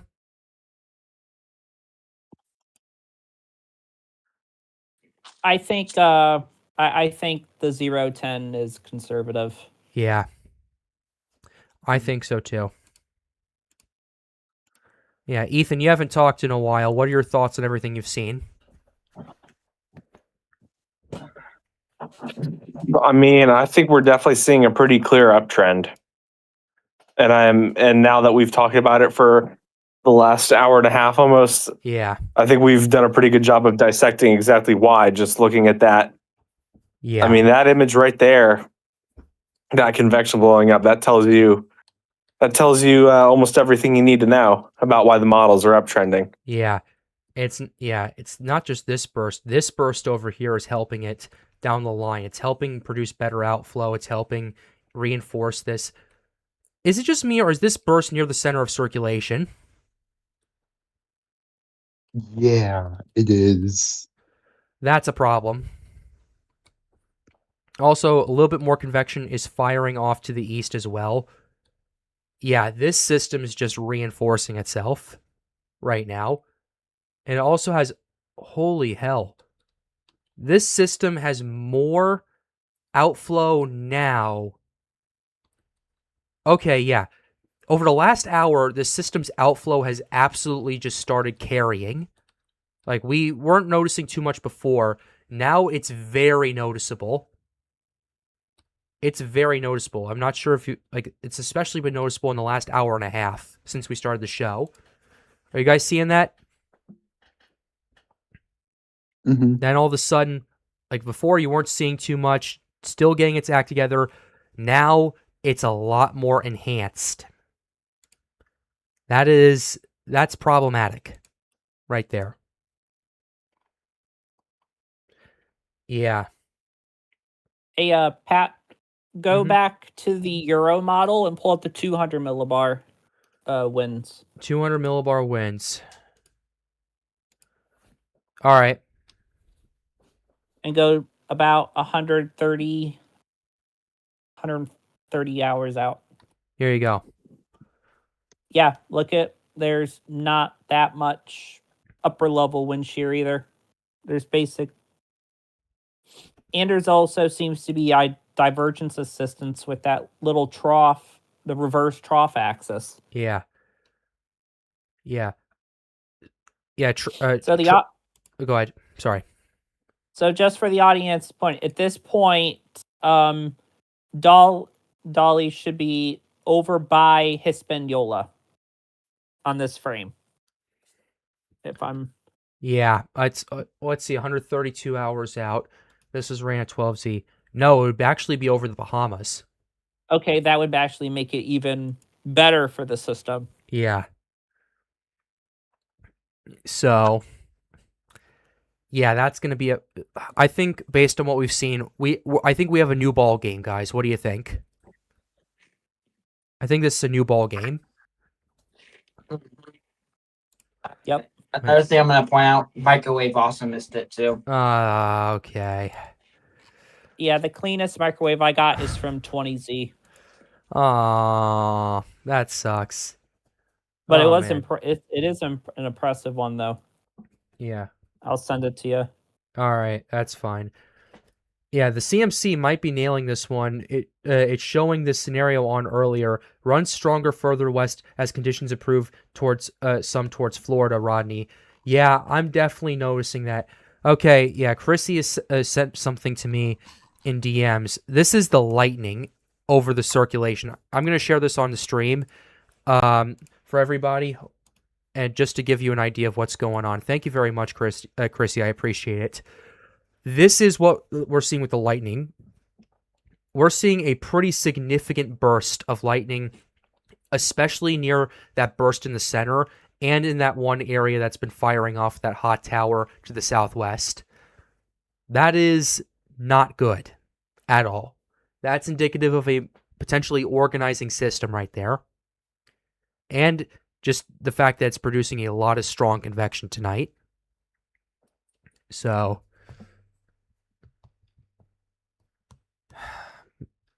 man, that's just it. This is just not fantastic at all. What are your guys' thoughts? I know I keep asking you that a lot, but I just figured I might as well. Seems like I'm looking at this extremely closely. Is there a I don't know if I'm wrong about this. I just kind of want to get this out. All right. It seems like the that main burst looks like the LL and the ULC, Mm-hmm. and then the burst where the old center was is maybe the MLC. So you think it's Correct starting to me? realign? Maybe. I could see I it. don't know. Hey, Logan. I could see it. Is- I'd say that I think you would have the mid-level and the upper-level centers reversed because shear would be most common in your upper levels given where you're at. Mhm. And most of your convection, most of the obvious signs of a system would be in a mid-level. So seeing what Yeah. I'm seeing here, I'd say that your lower and mid-levels are aligned, but your upper levels are not. All right. Okay. Yeah. All right. Thank you very much, guys. Yeah, I think it's just going to need to. I think for right now, it just needs to fight. That's all it needs to do. And so far, it is fighting like hell. and that is the best thing we can sum up with this for right here. All right, back to the model data right here. That's our upper level winds. I do want to mention just Go ahead. before we continue that we should possibly look at the East and Central Pacific, because we've talked a lot about obviously Dolly potentially redeveloping. I think we've hit on a lot of the good stuff there, but I do want to also maybe pivot a little over to the Pacific, because there is quite a bit of activity going on over there, and one of these storms is potentially a threat to Hawaii in the next week. That's Lowell. That's Lowell, correct? So yeah, Lowell. All right, We've also got Karina. Yeah. All right. Yeah. also, I'm Pat, you got someone in chat asking about the mold. Wait, what? I'm not sure. What someone by the name of Melody TB76 is saying you did not look at the mold. I don't know what I'm not that sure is. what they mean, but you specify for us, and we'll take a look at that. Yeah. Anyway, in terms of EPAC stuff, I might pivot to that a little. I might pivot to that in a little bit, because there are definitely some things that are interesting over there. Especially with what Corinna and Lowell are doing right now. But we haven't talked about dry air yet, because in terms of what's going on with Dolly, I want to get through that first, and then we can start pivoting over the EPAC for a little bit, and then we can jump back and forth and go from there. So, all right, let's go ahead and do that for you guys right here. This is the dry air aspect of things for right here. This is the situation we are dealing with right now. This is what's going on about for right here. This is at least the 12Z was showing. Let's go ahead and take a more of an Atlantic-wide situational look. This is the dry air that this system is fighting right now, and so far it's doing a good job of fighting it. What we're seeing over here in the other parts of the southwestern Atlantic, you're seeing some dry air, yes, but this is something I would like to call more mixable dry air. What I call mixable dry air is ultimately dry air that convection can get mixed out. Matter of fact, what I'm shocked about with tonight, what I'm seeing is this system, like Logan and everybody else, I'm not sure if you guys would agree with this, but this system is making this huge patch of dry air in the main development region look mixable. What do you guys think? Yes, 110%. Also, I have a benchmark for that. Yeah. Relatively anything above 30% humidity overall in the levels is what I consider mixable, because anything from 50 to 30 is your mixable dry air. Anything from 50 to 70 is your moisture that's decent. And then obviously anything above 70, excellent. Anything below 30, crappy. Yeah. Also, Melody is saying you did not look at all the models. I'm pretty sure we did. GFS and CMC. Oh, we haven't looked at the operationals yet. No, we haven't looked at ensembles or operationals. We've been so locked in on satellite data and so locked in on the guidance that we haven't really taken a look at everything else. Man, we have a lot to get to tonight. Well, yeah, I might stream a little bit longer just so that way we can cover the bases. But ultimately, this is the look. Logan, we're looking at dry air in terms of humidity, looking at around, I'd say, like in some areas as low as 15%. And this system is mixing it out. That tells me that it is very rigorous. And that also tells me that it likely is not quite the 15% or lower. Mm-hmm. I'd say, that seems to be more like 20 to 25%. Yeah.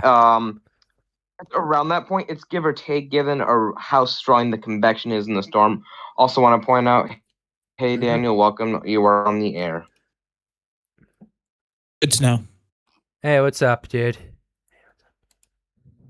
Nothing much. Just stopping by. All right. We're talking a lot about Dolly tonight. It's giving the fight of its lack life. thereof. Yeah, it's Yeah. giving the fight of its life. Can I say a few things about the storm that I go for it. noticed? Yeah, sure. So, you know, it's trying with the conditions it has available. Mhm. I mean, it's honestly, I'm even surprised it even formed with as much dry air that was in front of it. Right. Is it the worst storm I've ever seen? No. Far from it. I mean, we had that. The first one of the season, I think, was the worst. Okay. That one that barely Arthur. looked like a tropical system. Yep. Yeah. But this one, I still think it could reform later down the line. I want to be careful how I phrase this, but pull a similar scenario that and I hope it just loops out to see when it does this. Harvey, as an example. Yeah, a I better don't want it. example would be Lee of 2017 in this case. Yes. Now, does that mean it will fully? If it would reform, will it go out? No. A lot of models are trending southward. The real question is: are conditions favorable down the line? It's only like a few ensemble models are showing that near the Florida and Gulf regions, and that's if the circulation can even survive for that long. It's around 120 hours out, so saying it can hold its basic little low level center together and not get completely dismantled. All right. Yeah, all right, Daniel. I just want to go ahead and talk about that real quickly because we were looking at it tonight. We noticed a few things. Number one, first of all, I'm not sure if you saw the 0Z guidance or not, but the 0Z guidance of the hurricane runs has definitely been on the bit of the upswing as of late. That's the first thing I want to note. What's up?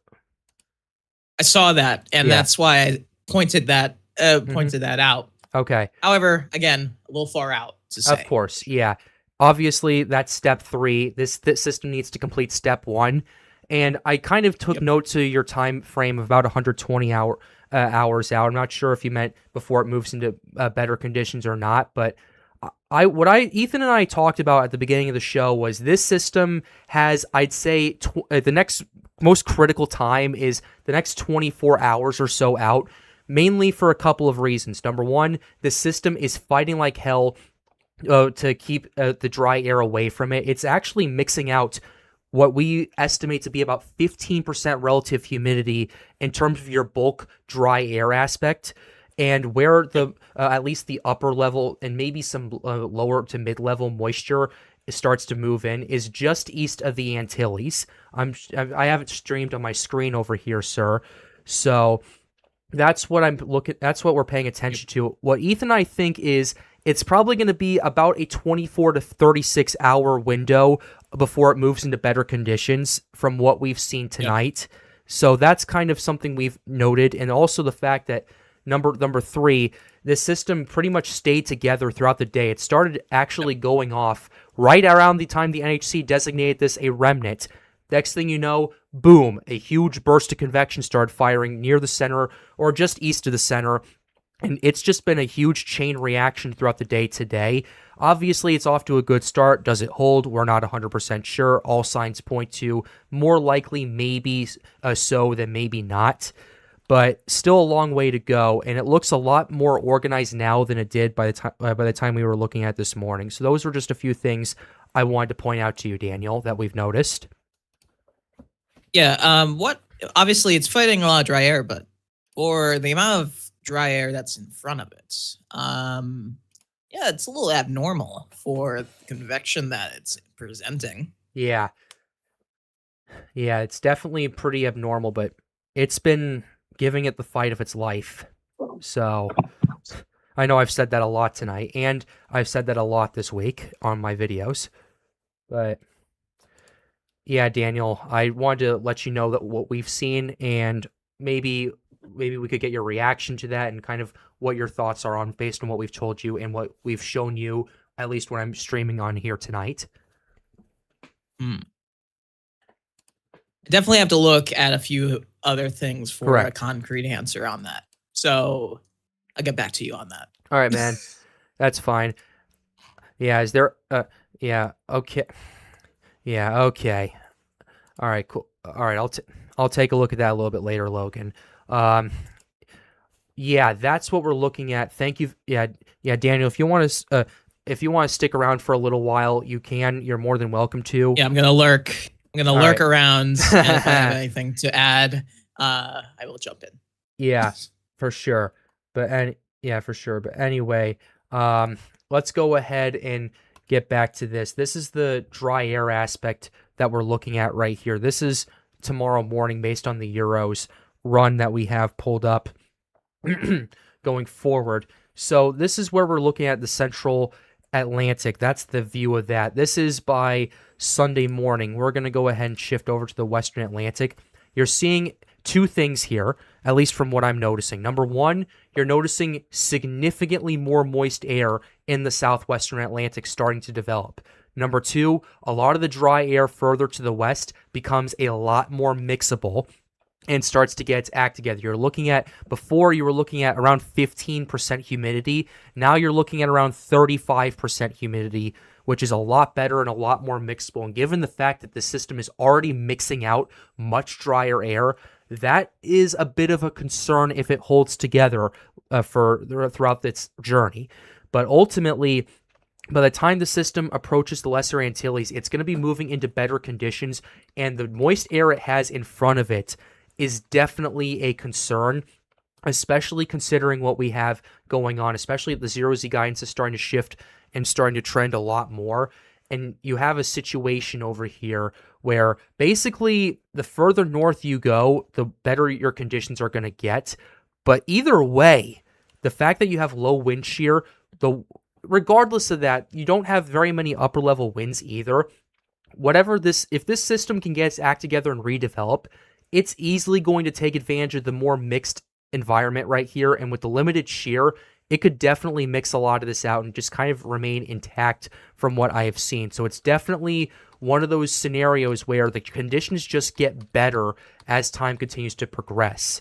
It's something we'll have to watch and keep a very close eye on. But that's your dry air aspect of things.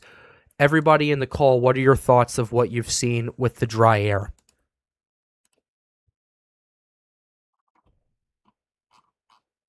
Yeah. Just like what you said, it's supposed to get better. Yeah. Not much better, but at least on the ground. Yeah. For sure. But yeah. Meanwhile, I'm over here trying to hardcore lock back into weather status mode. Yeah. Okay, yeah. This is the ship's output. By the way, Logan just sent that to me.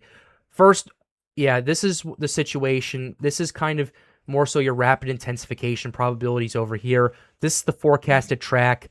I think we can all agree this is too far south, and this should be shifted further up to the north, at least at this current point in time. Oh, agreed.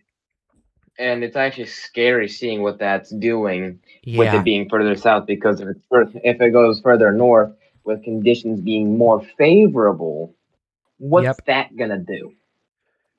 My thoughts exactly. That's all I gotta say to that. Yeah, my thoughts exactly. We'll have to wait and see. How often do they update the ship's guidance? If I had to guess, every 6 hours, but that's like a Delta question. Delta, how often do they update the ship's guidance? I think they update it every it's every 12 hours or 6 hours. Okay. Well, regardless, I'm curious to see what they do tomorrow morning. Yeah, it's definitely a scenario we are going to want to pay attention to for sure. But yeah, that is your upside for what's going on right here. Yeah, that's what we look at with the conditions. Now, just for my own curiosity right here, by the way, we have 160 plus people in the stream right now. Be sure to like the stream, subscribe to the channel if you are new. 88 subscribers away from 16,000. Let's see if we can hit it. 88 subs away from 16,000. Let's see if we can hit that. Smash that subscribe button if you are new. Goal is always to get more people engaged with weather. Feel free to join the Storms Unite Discord server. Link to that is in the pinned chat over there. We've been posting it kind of haphazardly throughout the night tonight in the chat. So go ahead and do that. But with that being said, let's go ahead and look at a few other models that we have pulled up for right here. I have this is what we have for weather nerds right here. Actually, it's fine. We can keep that there. But this is the guidance we have with the ensembles. This is the 12Z ensembles that we have pulled up. Let's go ahead and start with the 0Z for context sake right here.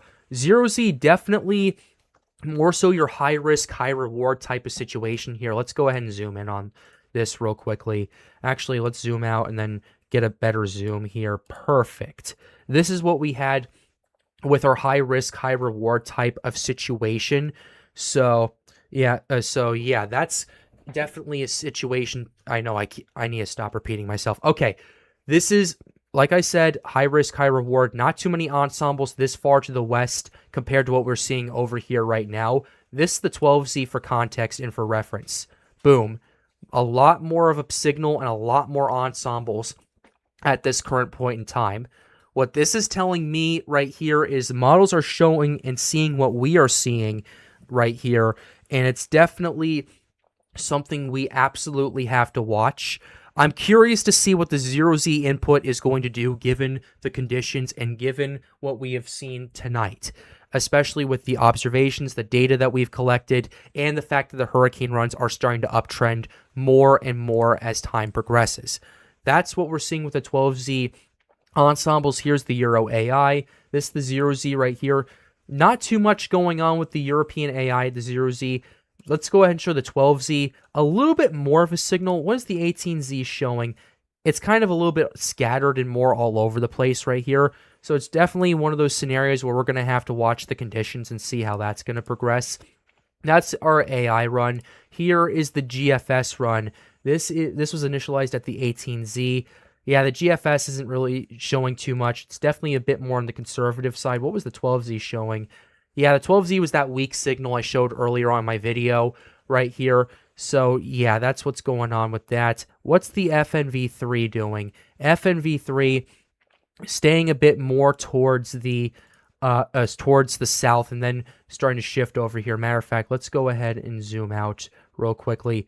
The FNV3, I'm not sure if this is this signal right here or if it's another signal a bit further down the line or if that's one area of interest. But it wants something happening in the Gulf, guys. Can you confirm or deny that? What's going on here with the FNV3?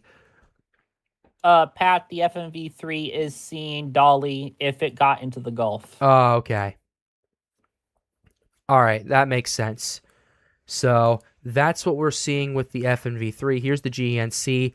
Definitely more on the conservative side of things right here, but it's still showing whatever this is this Dolly or is this different business in the Gulf with the GNC? Go back to like 180 hours. All right, let's go. All right, 180. Yeah. That's Dolly. Okay, cool. Interesting situation with the ensembles right here. That's the GNC. What's the 18Z going for? Okay, yeah, they're popping more ensembles. It's a bit scattered and all over the place, but definitely interesting. What's the FNV3s? Yeah, the 18Z is really loving that Gulf scenario with that. That's your one of your Google DeepMind runs. So, I don't know. We'll have to see what happens, but that's what we're looking at. Here is the operational guidance. I know the 18Z is now out, so... Oh, the 18Z Euro is out. Oh, cool. Let's see what they're going for with this. Okay, 18Z Euro. Let's take a look. I'm just perusing through this and skimming through this as long as Tropical Tidbits decides to keep up. Yeah, okay, the 18Z Euro is not showing too much right now. I'm curious to see if the 0Z is going to be a bit different because of the conditions and because of what's been going on tonight. So... that's the Euro. Here's the Euro AI. This system's just moving through. Observational, at least Operational is not showing too much with that. Here's the GFS 18Z for context. Let's take a gander at it. Okay, cool. Not too much going on. Okay, out of curiosity, what's the AI GFS doing, even though it's not really the best with tropical cyclones? Okay, cool. It was really the Canadian and the Icon that was definitely carrying this down the line. Based on what we saw tonight, it's definitely a situation to pay attention to. But here is your Canadian run. Basically, this is the 12Z. Let's actually go ahead and zoom into the Western Atlantic.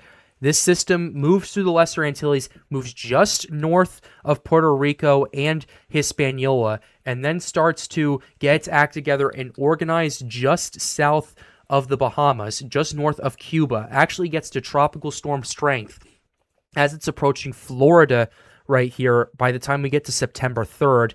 Potentially gets up to strong tropical storm, maybe weak hurricane strength as it impacts southeastern Florida. We talked about this earlier on my video. Then it starts to move out to sea and just continue to strengthen up to around a 980 millibar system. So that's probably a high-end Category 1 that we are seeing over here at this current point in time.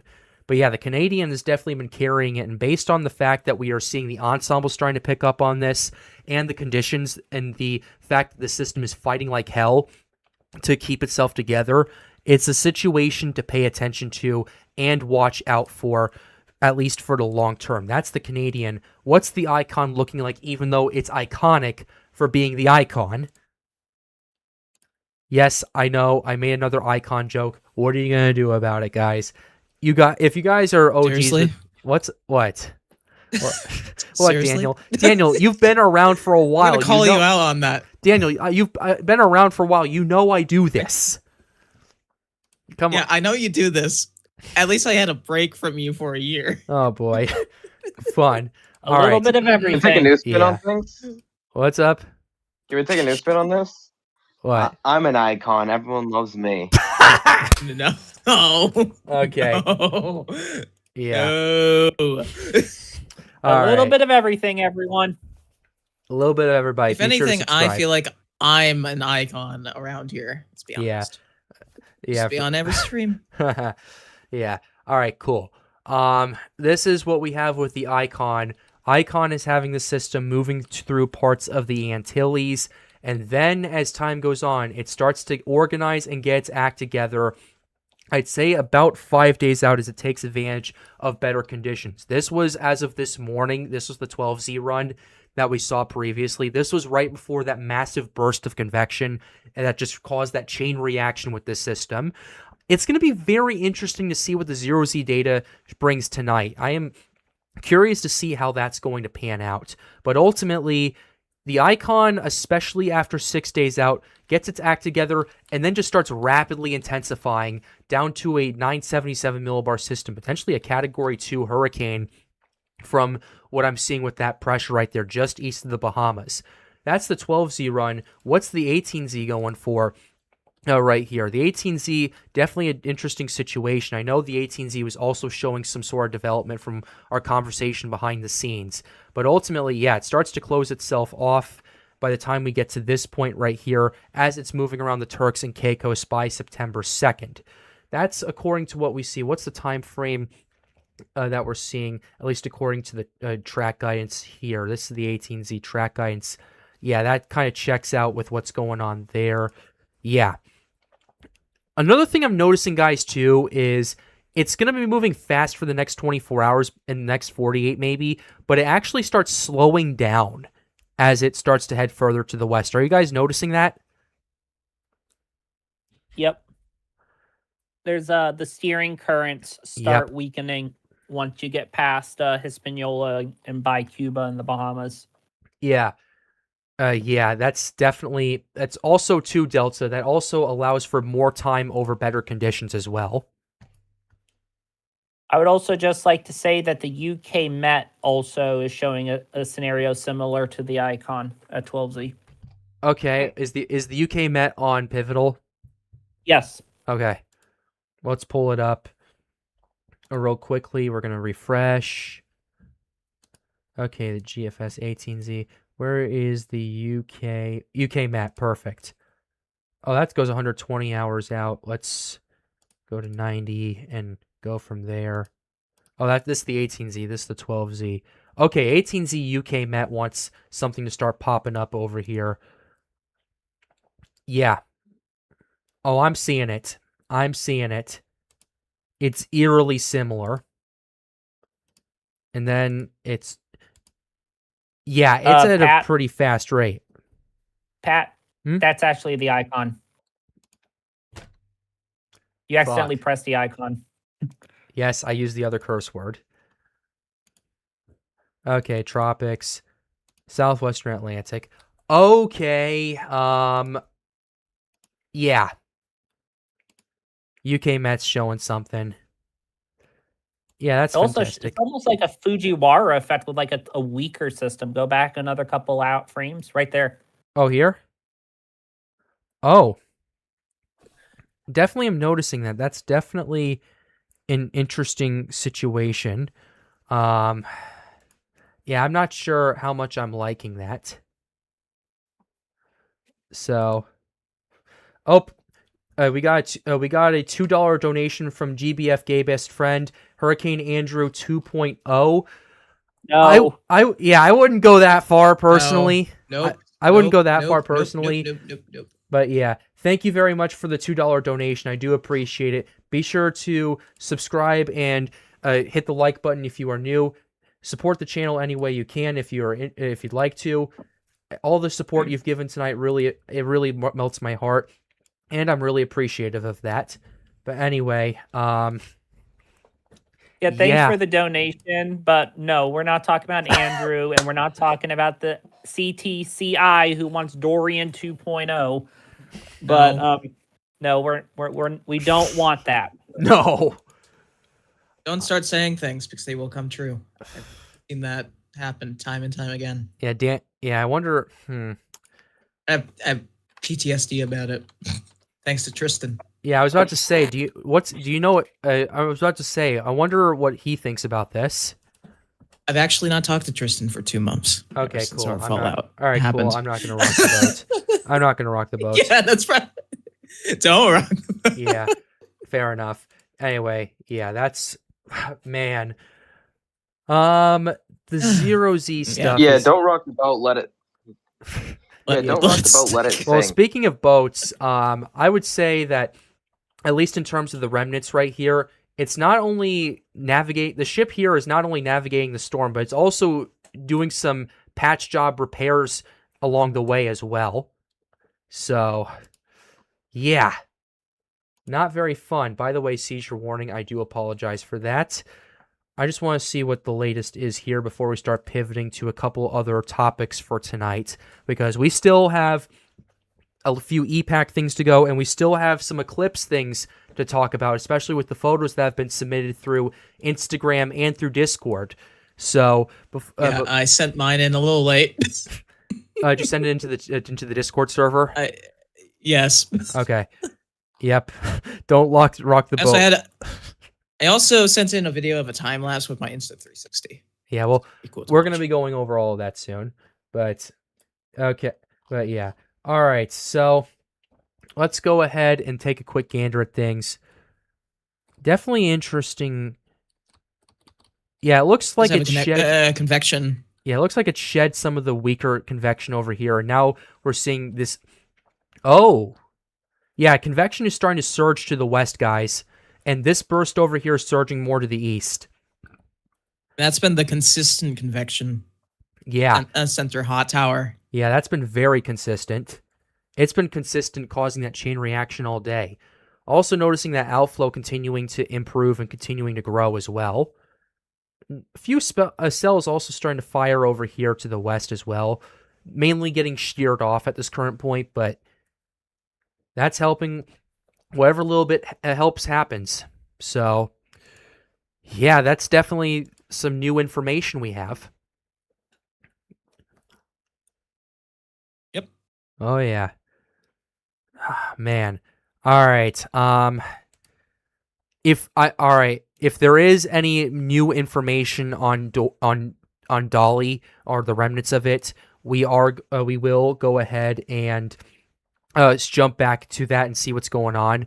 But until then, we're going to start pivoting towards a few EPAC things. We're going to talk a little bit about that, and then we're going to get to some Eclipse things. Which, by the way, if you join the Storms United Discord server, you can still submit our some eclipse photos from last night's lunar eclipse if you'd like them to be presented here on the show. We'd be happy for you to do that. We've gotten a lot of submissions both on Instagram and on the Discord server, so it would be in WX observations over here. It's actually in my announcement on there. So if you want to join the Discord server and submit them, go ahead and do that while we still have a chance. But we are going to start pivoting over to a few EPAC things. We'll talk about the eclipse, and if anything comes up with Dolly, we'll pivot back over towards there. Without further ado, my rambling aside, Ethan, we are finally going to fulfill your wish and go to the Eastern Pacific for a little while, if that's all right with you. All right. Okay. Yeah, so let's jump right into it. All right. So, yeah, that's what we have going on. We have 2 AOIs. We have Karina. We have Lowell over here. So, what do we want? You guys wanted to come here. What do you want to break down? I would say we could start talking about Lowell first. All right. All right, Ethan. All right. Okay. Yeah, I can see why you want to start with Lowell. So, yeah, it's starting its westward turn. You said that this could potentially bring some impacts to Hawaii, correct?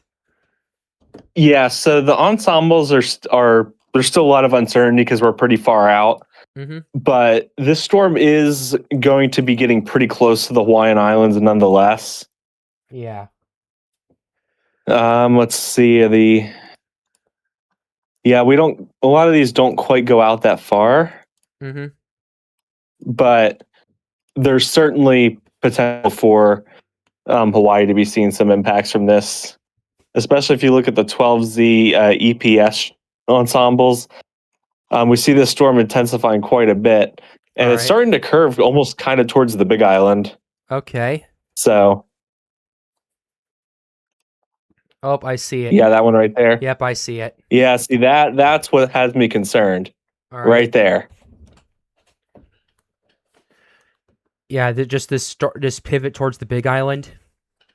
Yeah, because obviously the Big Island is still pretty vulnerable, having just had some pretty significant impacts from Hurricane Lala. Yep. Not that long ago. Oh yeah, that was a problem over there. Yeah, that's what we're seeing with that. At least for right now, it's doing what it can to get its act together, but the center of it was, at least until recently, it's still more exposed from what I'm seeing. It's mainly concentrated on the southern, southwestern half of it, from what I'm seeing, Ethan.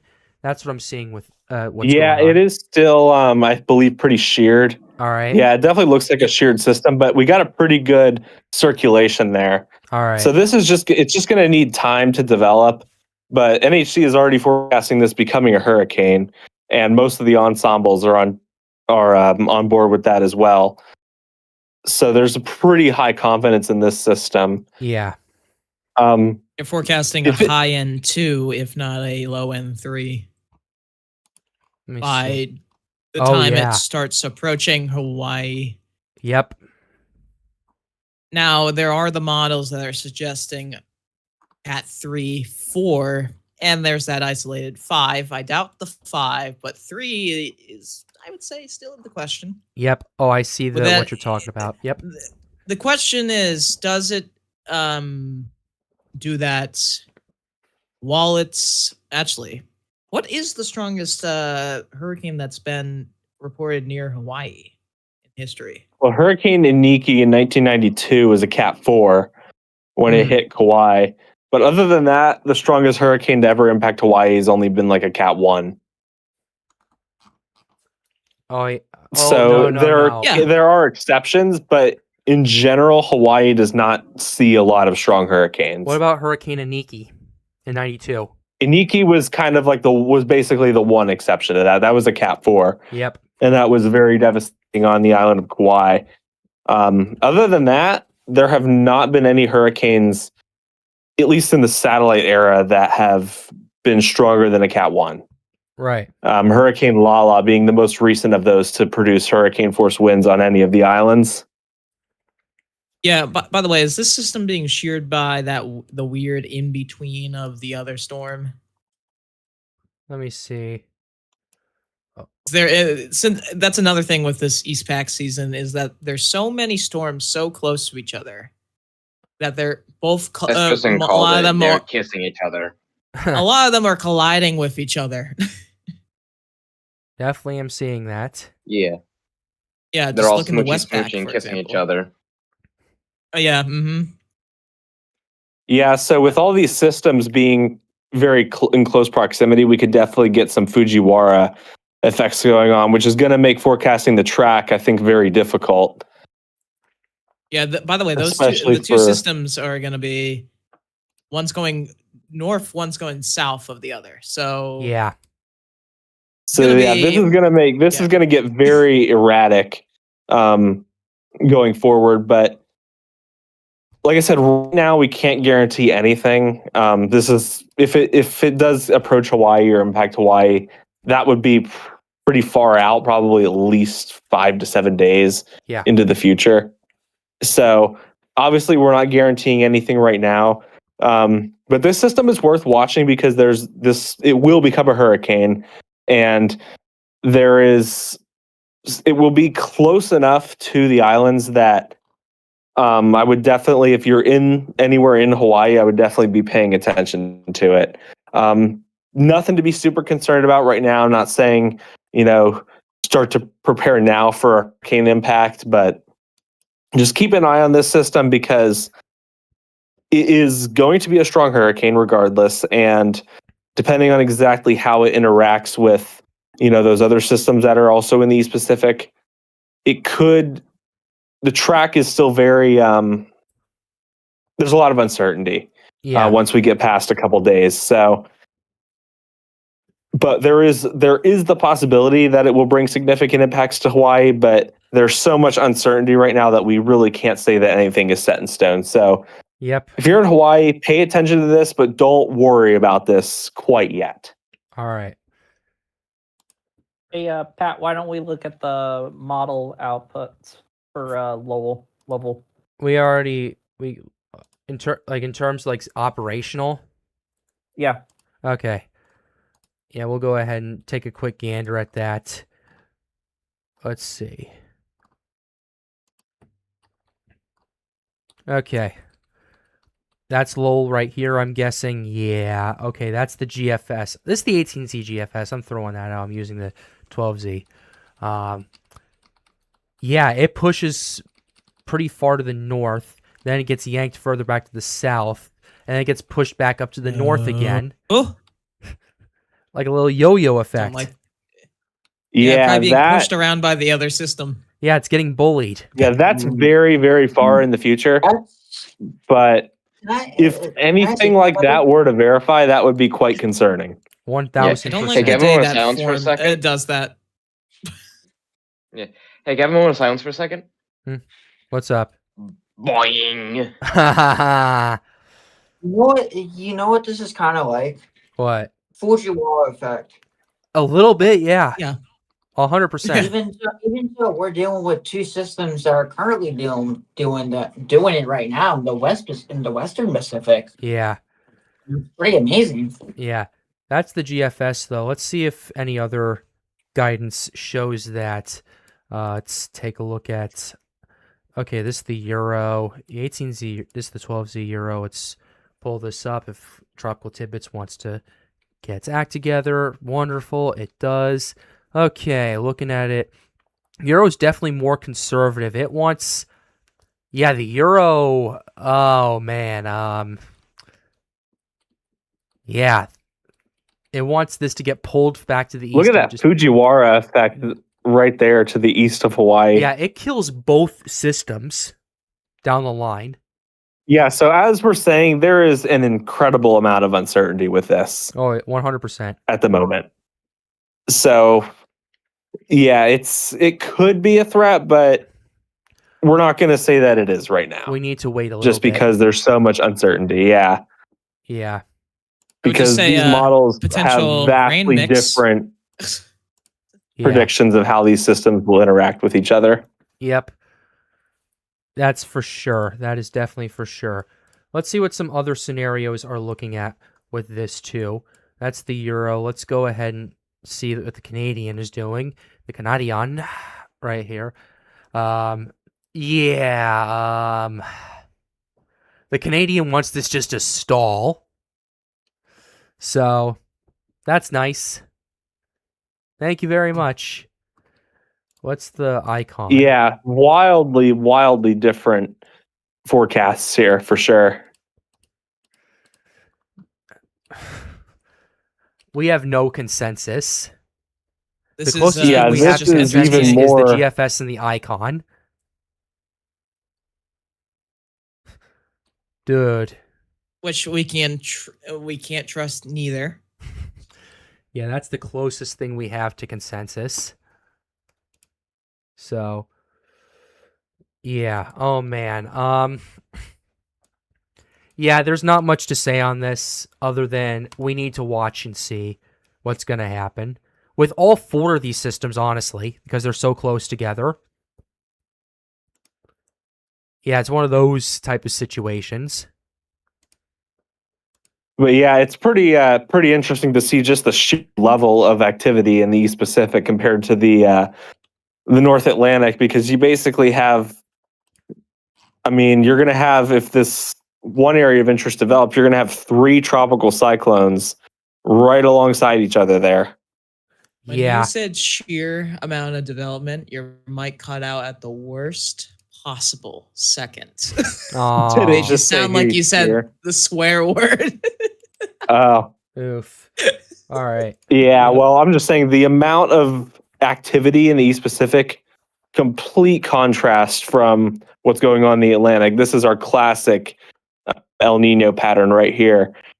But yeah, that would be pretty cool to see if we get 3 tropical cyclones that close in proximity to each other. We Yep. definitely would be seeing some interesting Fujiwara dynamics going on there. Absolutely. As Delta put it, the Atlantic is like a coughing baby, but now entering a basin that is an atomic bomb. Exactly. Yeah. Is there anything else you want to go over in the EPAC? We might want to talk about the West Pacific as well. Hmm. Get into that. This was just because we do have Atal and Bang Lang going on, where we actually have kind of a Fujiwara effect actively happening at the moment between these two Kind of, you systems. mean How about, actually all right, happening. we'll briefly talk about, and then we'll get to the eclipse photos. So, One of the yeah. storms is forming an eye right now, by the way, in the West Pack. All right. Those are the 2 that we're about to talk about, but the stronger one is forming. Okay. All right. I don't know too much of what's going on over here, so I'm going to let...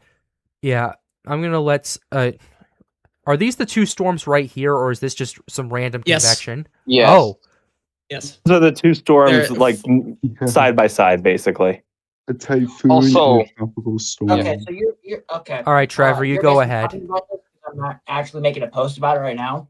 Yeah. One storm is what is, how do you say that name again? Bang Lang. That storm is being ripped apart by No, this wait, it's system. Etu. The fact that this is a typhoon stronger than the other system. The one below it, that's typhoon. Mm-hmm. Etu is the one north of Bang Lang. Bang Lang's the typhoon. Etu is the tropical storm. Yeah. I would Also, switch Pat- to visible.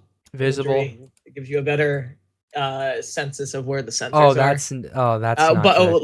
like the wide one. Okay, let's see if I can find a wide.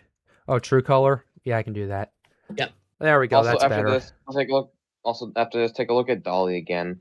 What's going on? Just more convection.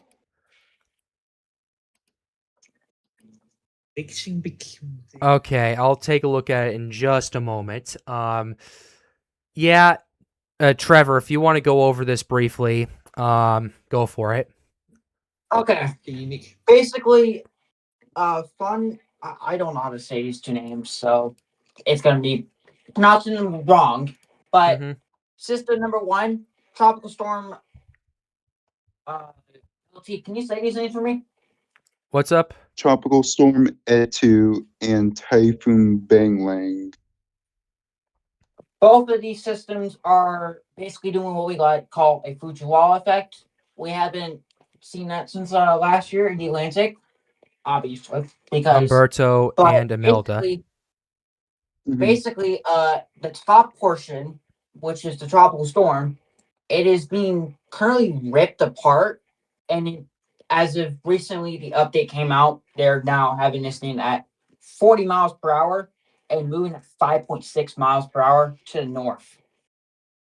This typhoon, they have it at about they have it moving at 20 miles per hour, and basically moving about northeast at about 22 if you put in the short into the math, or 35 kilometers per hour with 75 miles per hour on through the through JTWC on the 1 minute sustain. Mm-hmm. I believe JMA has it as, I believe, severe tropical storm with winds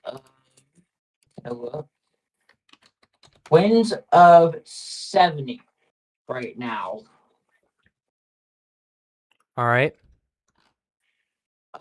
Luckily, this is not going to pose any threats to land. All right.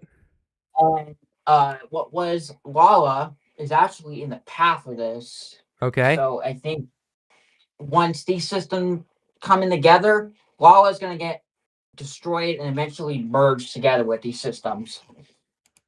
So lava's existence is about to be destroyed. Yeah. All right, Trevor. Thank you very much for that. Very interesting night across the tropics, across much of the globe for sure. But Logan, you mentioned stuff about Dolly. Let's go ahead and get back to that and see what's going on. Seizure warning to those prone to flashing lights, by the way. Let's go ahead and get back to this and see what's going on here, because you're definitely noticing something. And let's see. Okay.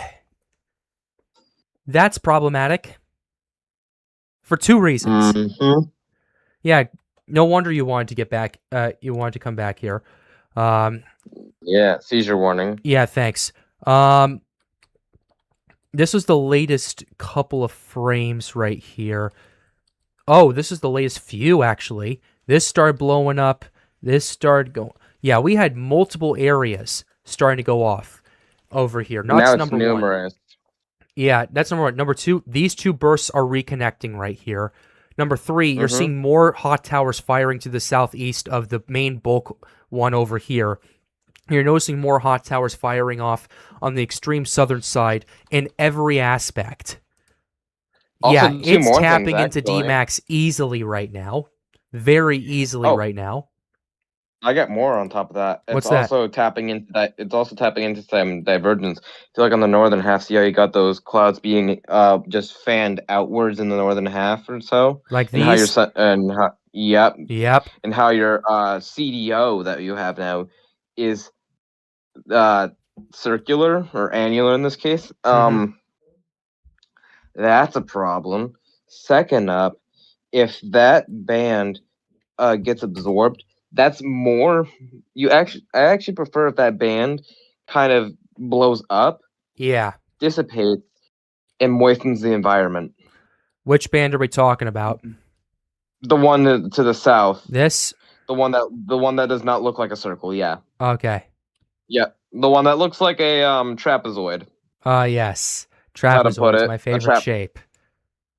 Yes, the shape of all geometry and students' failures. Oh, there's also this But burst yeah. firing off over here too. Yep, exactly what I'm saying. Convection fires up, dissipates. Oh, there was a few actually. Yeah. This thing's trying to get a curtain of convection around it. Yeah. So it fights off the dry air. That's bad. It's taking advantage of an increased Dmax. Yeah. if a curtain of convection forms, 100% this thing is reformed. Just so you know, Hey, there's no holding back on that. question. Just a quick Mhm. question. Yeah. Could I call this a depression, or is it still Uh, basically a low? I'd This is still still call it a low. low for now because you Okay. don't know what the winds are doing. We need But I ASCAT would data. be, yeah, I am inclined to say it is still tropical, still a tropical storm. Yeah. Okay. I'm still Pat, inclined to say it. Pat, you What's want up? to put up what I sent in VC chat? What's going on? Oh. That's Oh, that's the cyclonic. That's cyclonic. I'll pull it up real quick. it's a frame. Mhm. I think that's the most recent frame of Dolly. water vapor. Let's look at Water water vapor.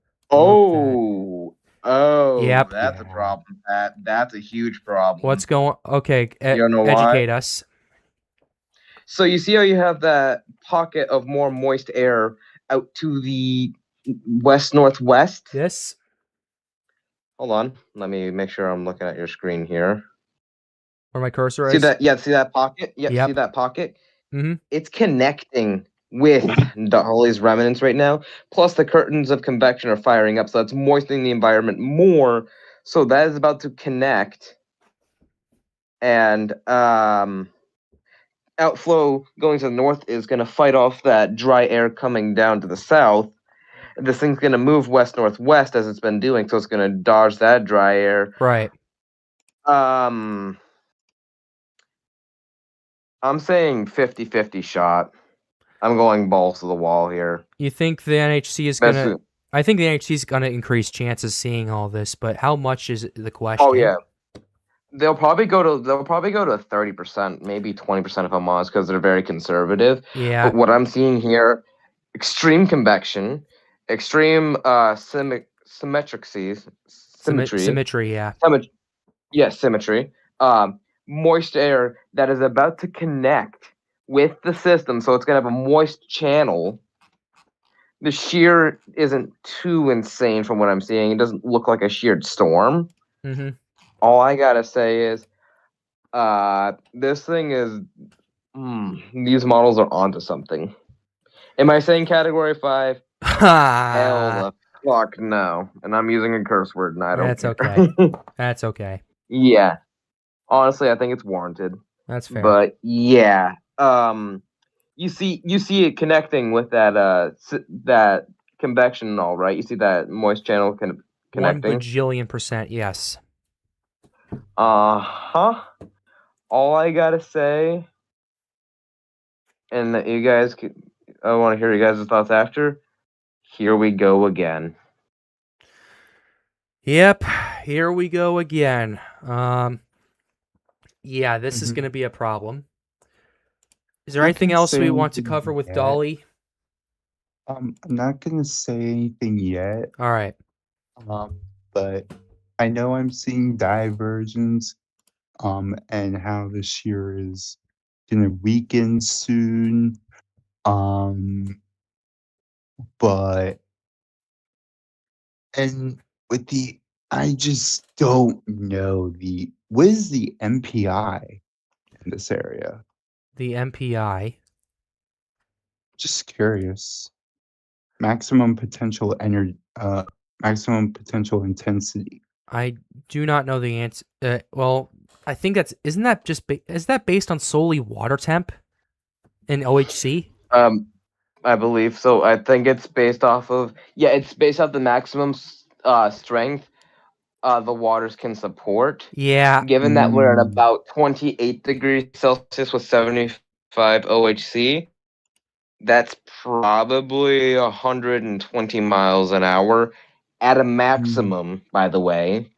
If everything went right. I wouldn't use that necessarily because you're still battling dry air, regardless. Yeah, that's why I said if everything went right, that's what MPI is for. Yeah. MPI is saying like the potential that the storm has, assuming something that every single thing lines up, which is not happening, by the way.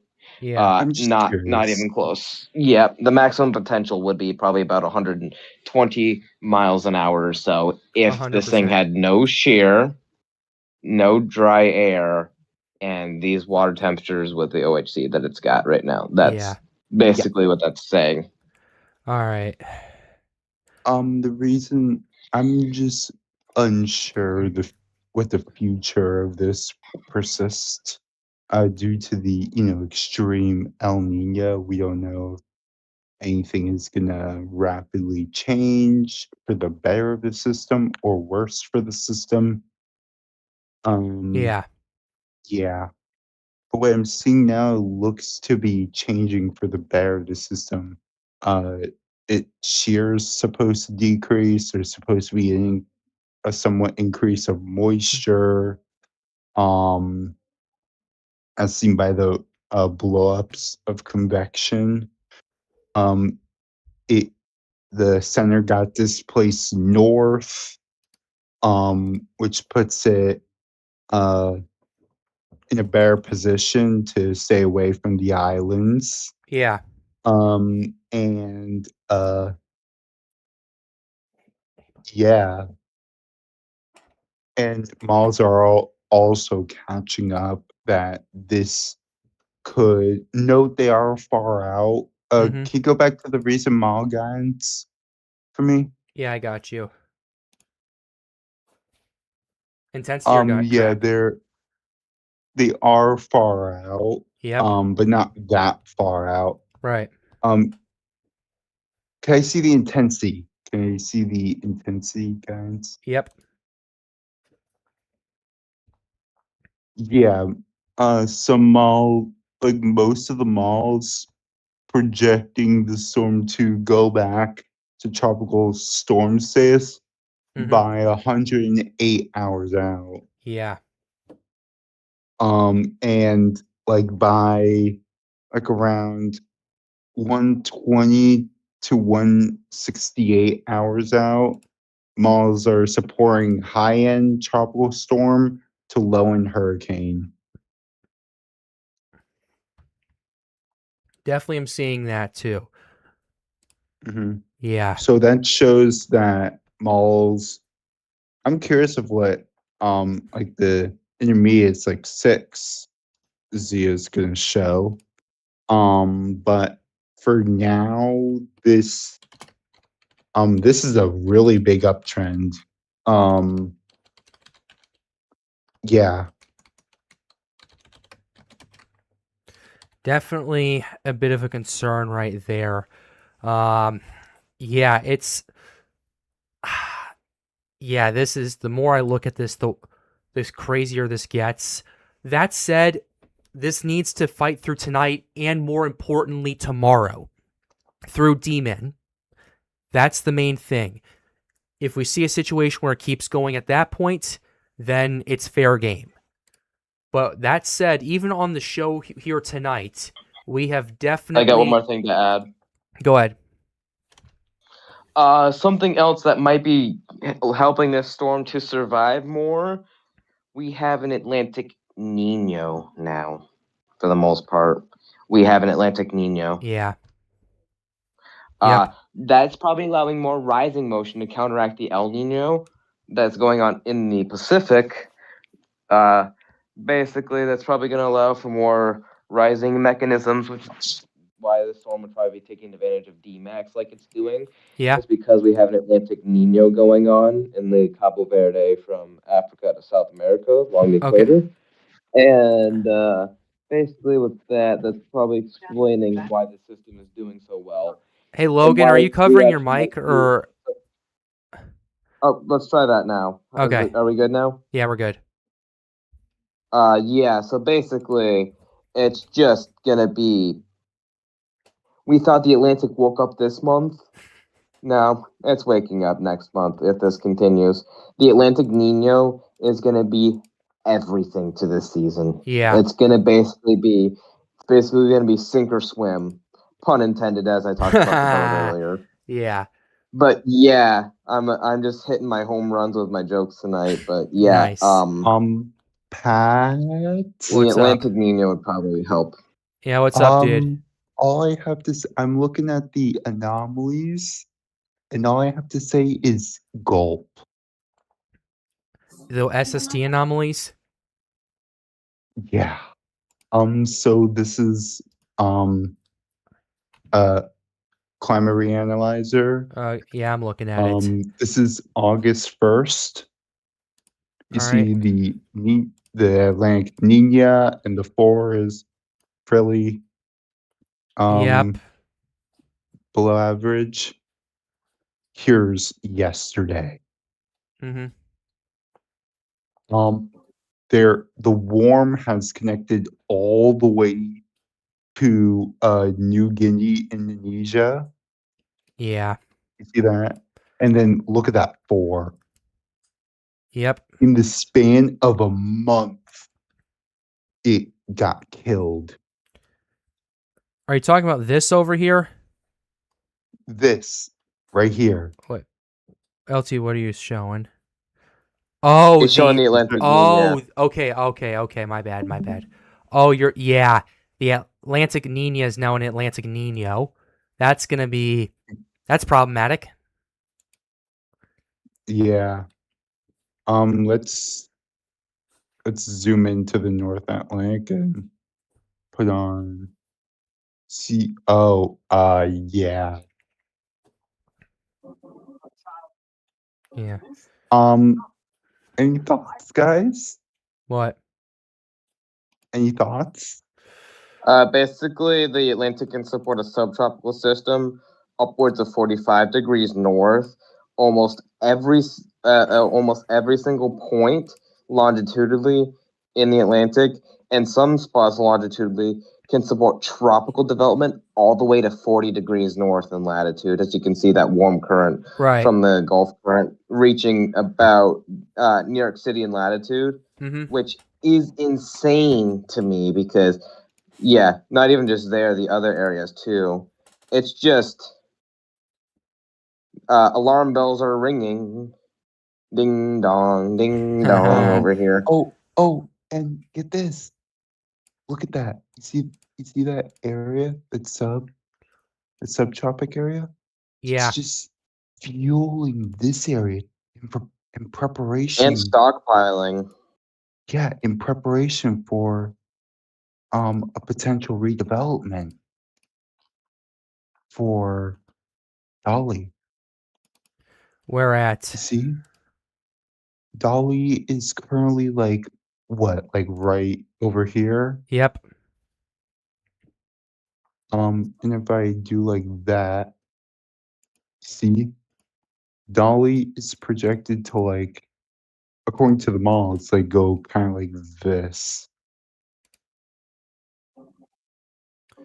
Pick around like that. Would you say, guys? Hold on. Let me do this real quick. Let All right. me take a screenshot. No. Let me I take a got it. You're Oh. on there. You're on. Yep. Your stuff's on the show. So malls are kind of forecasting something like this, Sure. Oh yeah. Yep. something like that. Yeah. General area. As you can see, if it does do what I drew, it goes over these temps. And those temps are basically 30 degrees, like 32. Basically, it's going to go over the warmest bars in the entire Atlantic Ocean Yeah. with probably good moisture and, well, favorable moisture and bare I wouldn't say barely any shear, but relatively no shear. Exactly. And if it does head in between the channel and the Florida Strait, we're gonna have to save that for another time because Yeah. we don't know what it's gonna do. So I'm not gonna Absolutely. say anything else. For sure. Yeah. All right. This has been a very big night for what's been going on. Let's See actually, yeah. Oh, Let's see I if we can bet get yeah. a new frame on this. Let's go to OTT. Yeah, we got a new frame on this. I'm gonna see if I can grab something a little bit more recent. Yes, I Oh. can. Oh, wow. You could see a pretty good rotation on that northern pocket. You see that? Yeah. Kind of looks like it's trying to spin. That is a small system. Small Like, systems, though, are definitely prone to do this. yeah, but they also have a prone to getting absolutely annihilated by sheer and dry air. Well, this one is fighting like hell to not let that happen. Yeah. By the way, is that popcorn or actual VHTs? Because if that's actual VHTs, Where at, LT? Yeah, where the This? center is. That's sustained. Yeah. It's been sustained throughout the last while. Oh, so that means that, like, Serge, help me on this. That means that it's aligned? Because if it wasn't aligned, then it'll be popcorning, right? Well, if it's sustained, it means it's getting its. It means that it's at least doing what it can to fight the dry air and all of that. In terms of Yeah. alignment, we'll have to wait till tomorrow to see if that progresses. But for right now, it's off to a great start. Yeah, Pat, that blow up completely saved the system. If that blow up didn't happen, We wouldn't be think we we wouldn't be wouldn't- talking about this tonight. yeah, like before that blow up, it didn't look like anything. It did look like a wave, but at that point. This changed everything, Yeah. and hence why we have a show. Aunt Hurricane Andrew, why can't you do a Triple P show tomorrow instead of Sunday? Because I work till 10 o'clock at night tomorrow, or 11 o'clock Eastern. That's why. That's the biggest reason why. So, yeah, guys, this is Dolly.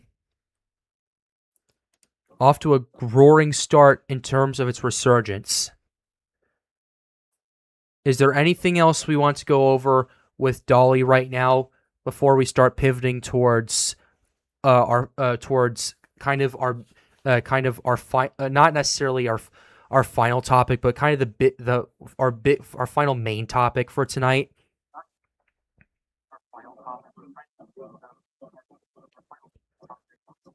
Okay. Cool. All right. Okay. Ethan, you there? I heard some feedback on your end. Yeah, sorry about that. You're good. All right, Ethan. I think it's time to pivot towards the lunar eclipse we all saw last night. What do you think? Yeah, we could take a look at those. All right, ladies and gentlemen. For those of you who do not know, we had a lot of photos submitted to us through the Storms Night Discord server and some through my Instagram as well that we're going to be showcasing on the show tonight. So we're going to start and pull I'm going to pull mine up first that I got. They weren't particularly the best, I would say, but ultimately I got something out of it.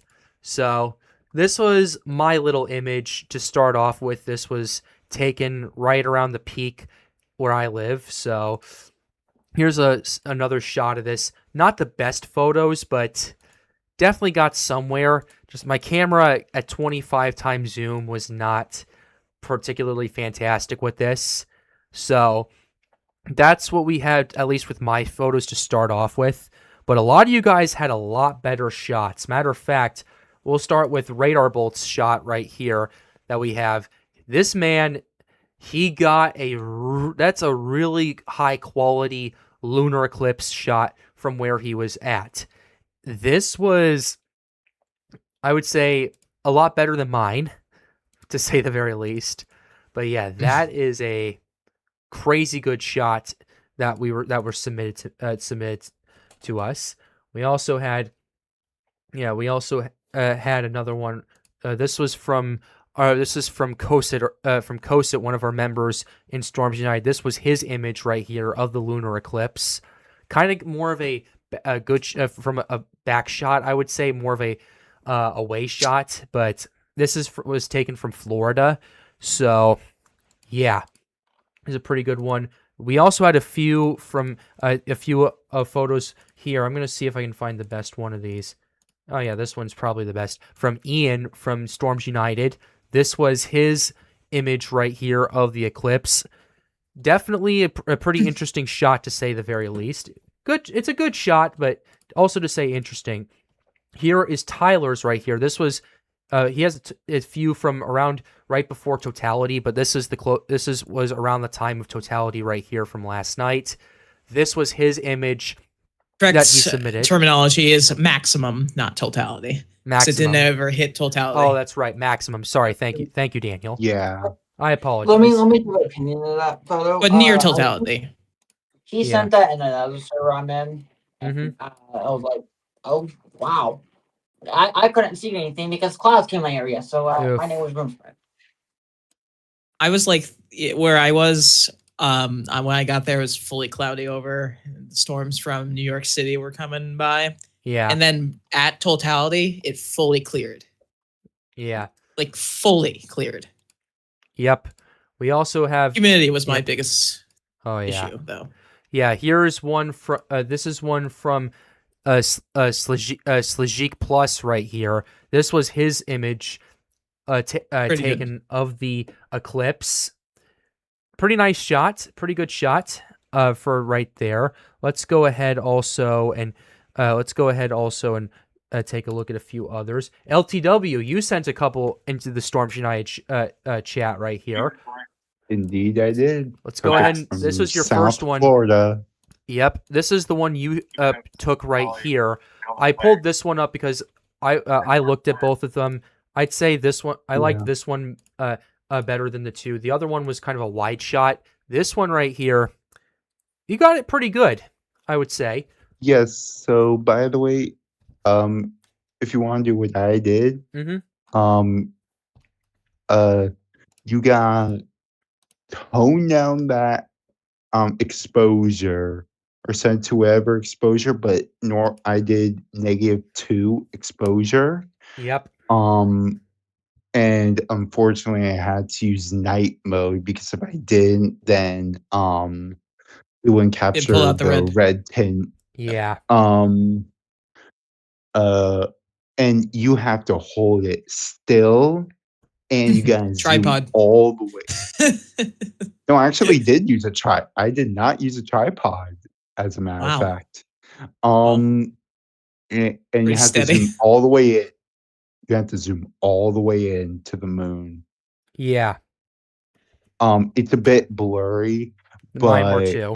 the fact that I did on a phone with that kind of shot is fairly impressive. Yeah. And I took a wider angle Mm-hmm. as an expo for the expo. Yeah. Yep, I see it right here. Yeah. All right. All right, LT. Thank you for sharing your experience. We've had Save mine for last, Pat. All right, your choice. All right, this is K the Demons right here. He has a few photos that he submitted. I'm gonna show the one he sent around the time of maximum. This was his photo right here. Definitely a good image right there. Thank you for submitting that. I do appreciate that. Earth Central has a live highlight that he sent right here of his stuff. Wow. We're gonna play it live. We're gonna play it. Oh, that got me thinking. How does Bigfoot handle fireworks? What the? Oh, What the? oh, What? that makes What the heck is this? That's something to think about. Like, how would Bigfoot react at the fireworks shows and Yeah. stuff? What the heck is That this? That's on the sounds Bigfoot that territory. sounds like something that he would be talking about. Like the Yep. cryptids, how they react to that nonsense. What To is the this? fireworks stuff. Earth Central right here. What is this? I Dude. you know what? That's his Dude. internal. Said the That's his worst. internal. That's the internal demons talking that everyone has inside Yeah. them. Yeah. Yep. All right. Yeah. All right, Daniel, yours is next, but do you want me to share yours or go over some of the submissions we got on Instagram? Go Instagram first because I'm curious. Okay. Poll last. All And also right. for mine, show all images. All right. Okay. These are okay. Hold on. Give me 1 second here. Let me Technical do this. difficulties, people. Please stand by. Yeah, I do not want anyone getting. All right. Yeah, because we have a few images that I want to go over. This is actually taken by. By Sam actually on Instagram. We're gonna go ahead. I'm gonna pull a couple of It'll his be- up. Is this Right the here. Sam we know, or No, someone else? different. No. No. Okay. Yeah. He goes by Sam Lewis on Instagram. But yeah, this is what he submitted. This was his photo right here, and this was one he took later going into earlier this morning. Oh, I'm not even sharing it. This is what we got. This was his photo he took last night, and this is what he took earlier this morning. So, yeah, shout out to the guy right here. Thank you very much for all the submissions right here. And lastly, let's go ahead and go to Daniel's stuff because I know he wanted to save his for last. And his is the last one we got. So we're going to go ahead and... Oh, Delta, you have a good photo? It's not from this eclipse, so I'll show it. All right, Daniel. You submitted a few photos. Which one would you like us to share? All. Because All right. they all have their new twists. And also, I want you to share the video because that shows how it affects. Yeah, I might have Let's to say open this is another tab probably for that. Yeah. Yeah. But yeah. All right, let's open this. And I'll see if I have to open I'll download that and then open Not the gonna file. lie, beautiful photos. Yep. All right, boss. You submitted your photos here of the eclipse. Which one do you like the most? How did you get these photos and what mesmerized you about it? Well, I think my favorite is either the second or the last one. But the second was an accident because that was because of the humidity on my lens. I didn't have a dehumidifier, like a warmer on my lens. So that was me rubbing it off, but it caused it to glare due to extra liquid on my my whole lens was soaked. My whole camera was dripping with moisture, which is not good for electronics, but don't worry, it didn't fry. It's been for worse. Yeah. But with that, I was like, ooh, that might be a money shot. By the way, these are completely unedited. So they're gonna get significantly better. Sure. But the last one is probably your normal average look of an eclipse. So nice. switch the last one. Let me do that. There you go. Great job. This one's probably gonna be the final shot. I just have to get through the editing cycle. That's fine. So yeah, and yeah, the time lapse as well is there as well. All right. It's the first time using my Insta360 at nighttime during a time lapse. I was like, it probably is gonna come out decent enough. All right. Oh, that's in my photos thing. So I'm gonna go ahead and I'm gonna open that up for the stream, and then I'm gonna open it up for. Yep, there's that, and I'm gonna go ahead and switch my stream over on your guys' end. And it is. What's up? Welcome, David. You're on the. Hey, what's up, I dude? just sent some We're more photos. Yeah, we're going over some. We're actually going over some eclipse photos right now, actually. So. Are we still live? Yeah, we're still live. Yes. Yeah, we're still live. We're very much so. Yeah, I basically made a call out for last night. Anyone who sees the lunar eclipse, take photos, submit them, and they'll be on the Triple P show, and that's what we're doing. So, yeah, we just went through most of the submissions. Daniel has a little video he'd like to play for us, and we're going to go ahead and do that whenever you're ready, boss. Yeah, you're all set. All right. Okay. This shows how cloudy I was dealing with constantly here. All right. So I was at the darkest skies in Rhode Island at Frosty Drew Observatory in Ninigrit Park in Charlestown, Rhode Island. Bortle 3 skies.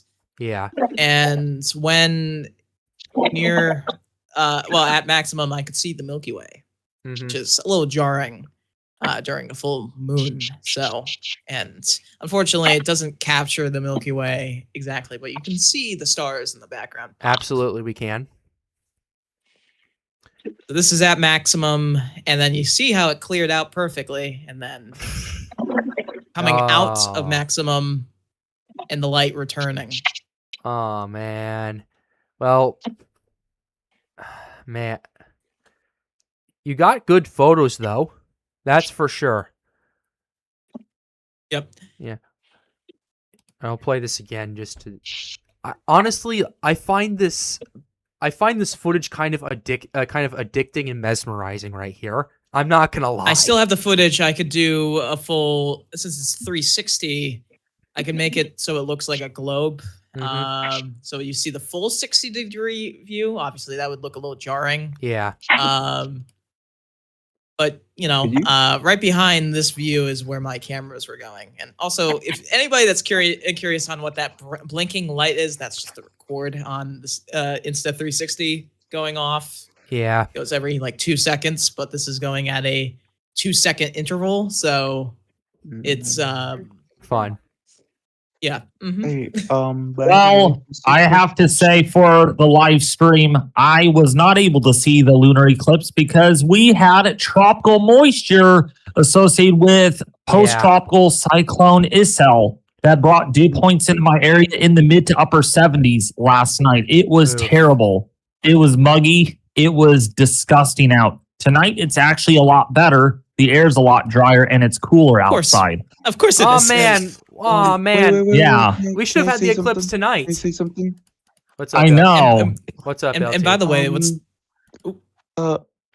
could you, is it short enough to like make it a GIF?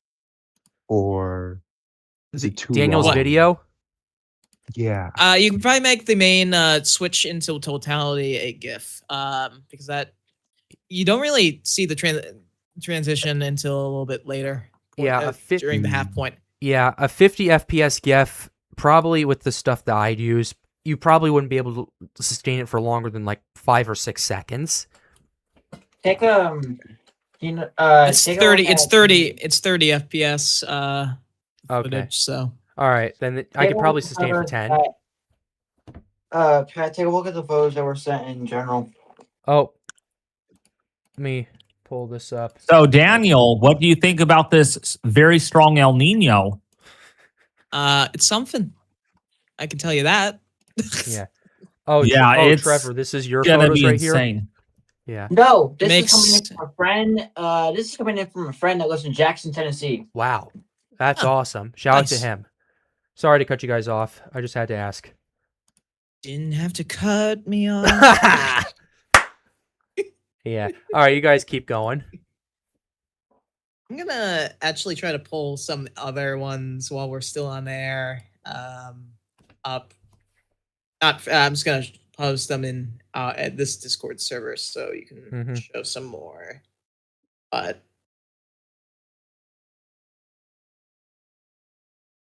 man, it was a crazy night last night. I still remember, like I remember just being outside for like 30 minutes straight, watching it go into maximum and then starting to fade after that. I had never seen a lunar eclipse before, so that was the first time I ever experienced it. So I've not seen one like this since 2022 when I started doing my photography. I was like, waited for. Also, I would this doesn't the count last the one. solar eclipse I saw. The last lunar eclipse that I saw was on March 2nd or 3rd, but that was in the morning. Like, I had to wake up to watch that one. Nice. And it was cold out. That one was, for me, it was setting into the horizon and blending into the twilight sky. So it looked like also distorting, and it was going behind clouds, so it didn't pop like these during nighttime hour ones do. Mm-hmm. So it was unfortunate. So the next Still unreal, eclipse is though. not going to be for a while, though. 2029. Oh my gosh. Really? 3 years until the next one? Yes. It will be New Wow. Year's, by the way. It would be a New Year's eclipse. Let me Oh my let me gosh. change something. Wow. If you're on the Yeah, other side of the tag. world, it goes into the new year. Dang. Yeah, that sounds I like might a go good, to I New Year's might go stream to that year, Sydney, doesn't it? Australia for that one. So I can just have the bragging rights of that.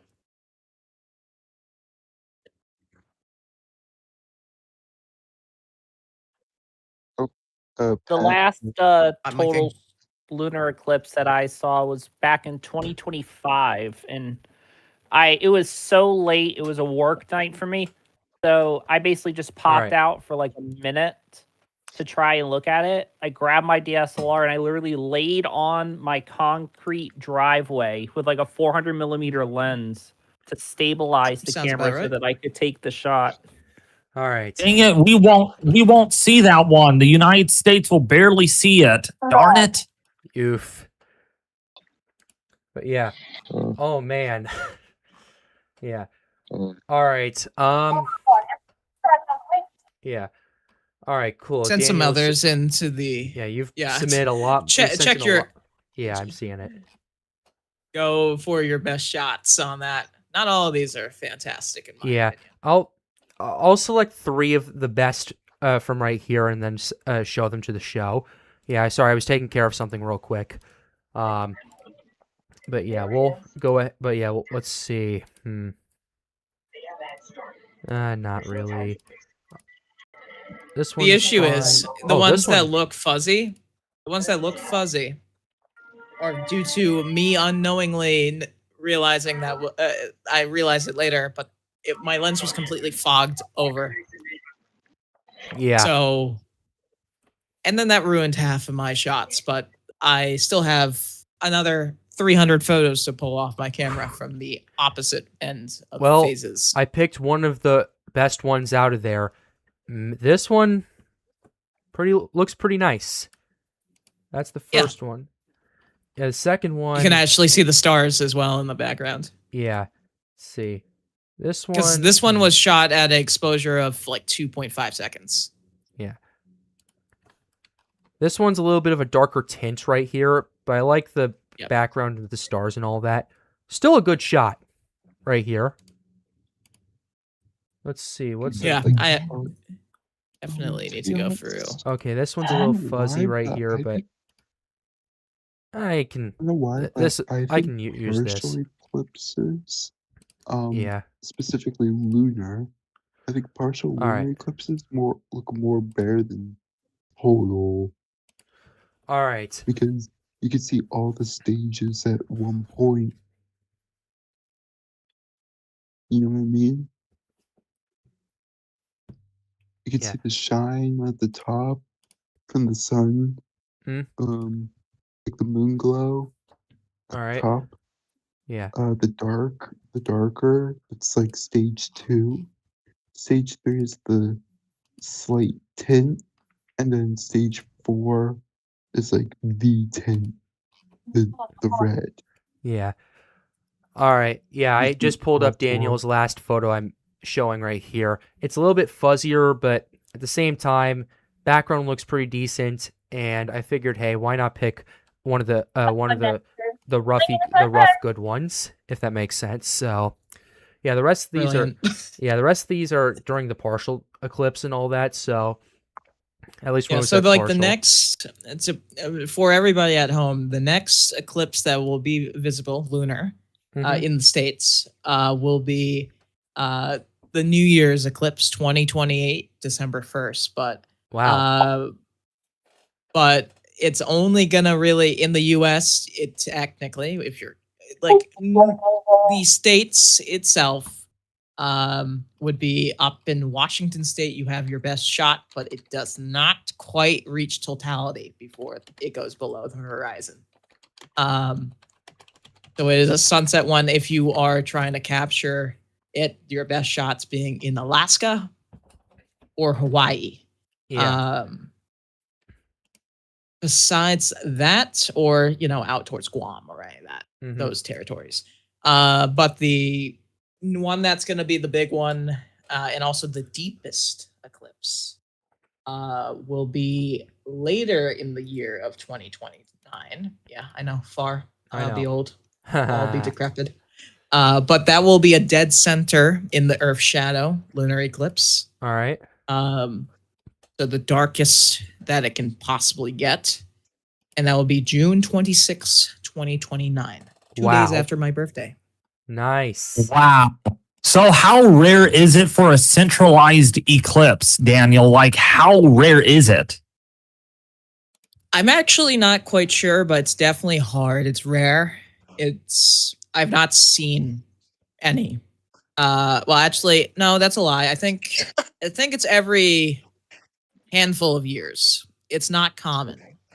I think Also, can I just say something funny about that eclipse 2022 in 2029? one. Guess what? All right. If you swap the 6 and the 9, that's my date of birth. Oh man. Yeah, 6/26 to 2029 and all. And then you turn the 2 to 0, 6/29/2006. You got my date of birth. Wow. So Also, I David, thought I for had an you, eclipse on my birthday coming up, and I found out it was on the 26th. I was so sad. Oof. Huh. Oh, go ahead, Daniel. David, for you, the eclipse the moon will rise as totality.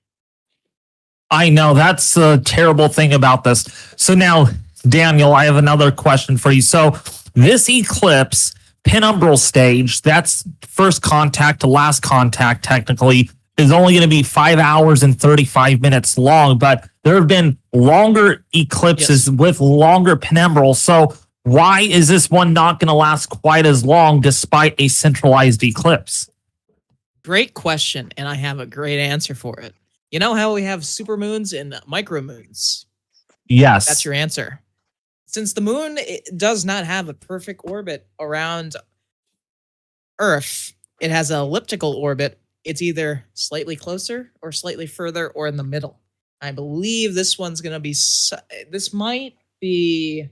I don't exactly know, but I think this might be one of the more average in the middle ones, but one of the longest partial eclipses. It would definitely be further away. Or I mean, kind closer of. where the moon looked larger, because first contact, the last contact would happen quicker because the moon is so much larger and so much closer. It's hard to say. I have to really dive into it, but there was the longest eclipse, partial eclipse, was like total from all, including all the different shadows, was like 6.5 hours. That was I think 2023, 2020, somewhere in there. I think it was 2023 it took place. Yeah. But so now that happened when it was in a micromoon stage. So basically, if this was a micromoon, so if the moon was incredibly small, well, not incredibly small, but like at apogee, and it went through the exact center, this would be much longer, right? So the longer the lunar eclipse to go through the center, it would have to be further away. Yes. Okay. Wow.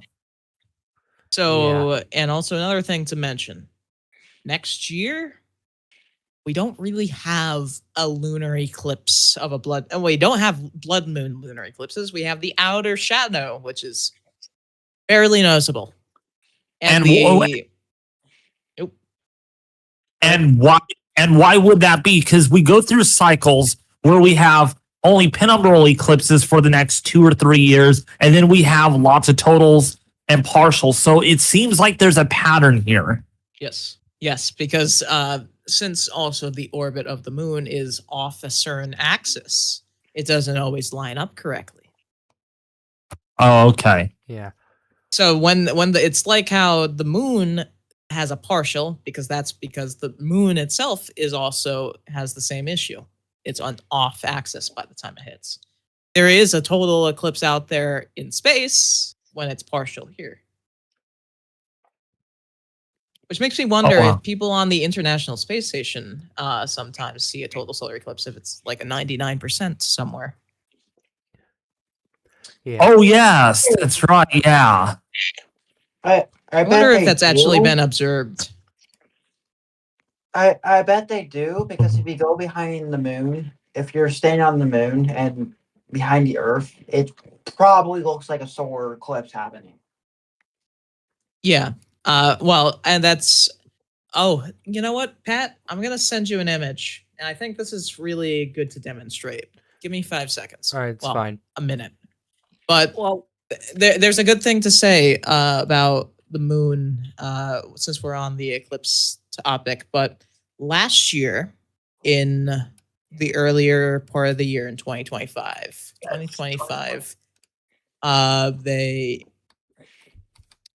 they had a mission sent to the moon called Blue Ghost. All right. And if anybody knows about space stuff, this took place. It landed March 2nd, and if you remember what happens in March, in the one that's near that same period, there was a lunar eclipse that took place. and I got a photo of that one. Yep. While that was happening, the lunar lander was taking photos and video snippets, and it was the first ever photographed-ish recorded lunar eclipse on the lunar surface, which made it a solar eclipse via that vantage point. Wow. So, Also, I would Dang. yeah. also Let me grab it. All just like to say that Apollo 17 tried to do that with the lunar descent stage, but the batteries ran out about 3 days before it occurred. Rip. Yeah. All right, Daniel, whenever you get that See. image, just go ahead and send it in. Once we're done with that, I do want to do one last check, and then we're going to probably start winding down for tonight. Yep. Just trying to grab it quick. Give me a sec. But yeah. Yeah, we're just talking about eclipse stuff. We've covered... Yeah, David, first of all, I haven't properly welcomed you onto the show tonight. First of all, thanks for coming on. Second of all, we've been covering a lot of tropics and a lot of eclipse stuff tonight on the Triple P show. It's actually been a really good show tonight. We actually extended the show inadvertently an extra hour just to talk about everything. So that's just kind of the way things goes. Yeah, and something I wanted to bring up too, because I apologize if I missed the last show. Mm-hmm. I've been prepping a lot of stuff for the winter season where I live, because this winter is going to be pretty bad for California. Oh yeah, I potentially. saw it. I did a winter weather outlook that came out yesterday. So yeah. I wanted to make an announcement here on the live stream. All right. with an event. Well, I wouldn't say events, but video event updates on my channel, since Pat allows me to do this. Sure. So on September 6th, I will have my next El Nino update, because that's when we will get all of our climate models in. Where I'm specifically going to wait for the Euro to come in, its plumes outlook. And then on the 9th, I will have my next updated winter forecast, which will include the latest diagnostic update on INSO. We're going to look at the MEI index and also other indexes that will be taken into consideration with this winter forecast. Along to go with that, I will have a live stream myself on El Nino. All right. That will be slated for Friday, September the 11th. Unfortunately, it is going to happen on 9/11. I might have to move that. I might have to move that to Saturday. I'll have to see, maybe either the 10th or the 12th. Probably not do the 11th.